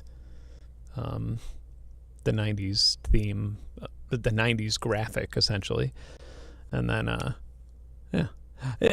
feel like the 90s also had a big 90s aesthetic was like African singing, like multicultural hands touching each other. Yeah.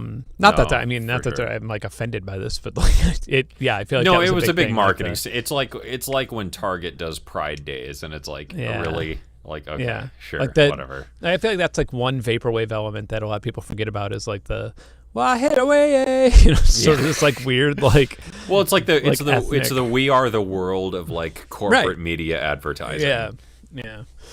Where like you don't want to feel gross about it, but you sort of do at the same time. Yeah, yeah. I feel like it would be pretty inappropriate today, especially after Pepsi did that commercial, that protest commercial. That was one of my favorite things ever. Just share a Pepsi. The Carnage Razor video, the Kylie Jenner Pepsi video, and like, I don't know. Yeah, those are just some of my most iconic moments ever of like, wow, the world is garbage and I hate everything. Yeah. Yeah, those are... The weird pastel random and shapes you'd see on the floors. I don't know if that was from that or not, but like the 90s aesthetic was this really weird thing of like muted pastel tones from the 80s, and we're going to recycle it and throw some geometric designs into it, and that is the 90s. Yeah.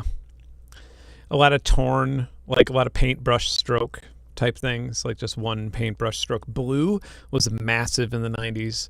Pepsi tried to trademark their own blue color, and it got denied.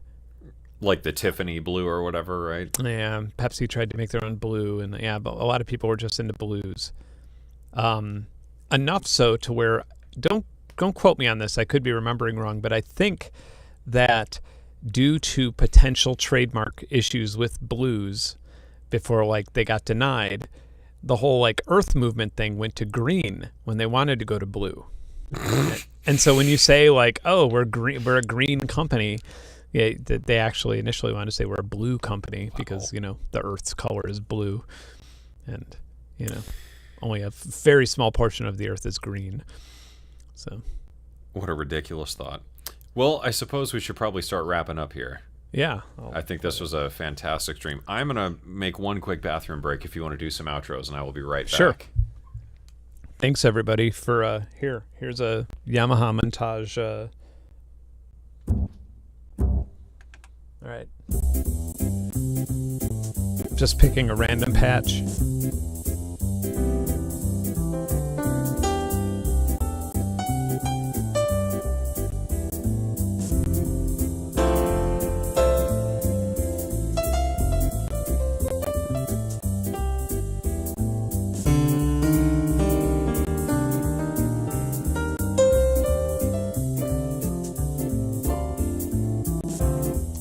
This one. There we go.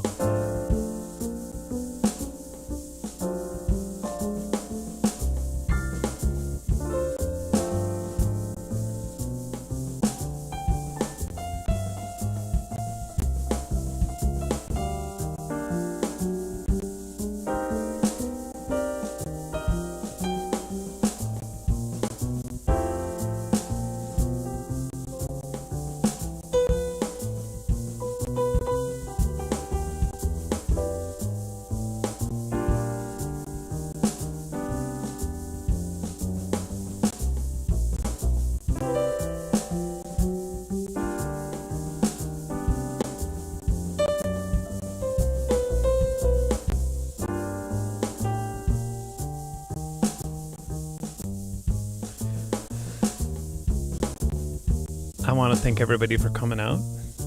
I want to say thank you so much to my patrons. You guys are amazing. Even the $1 ones.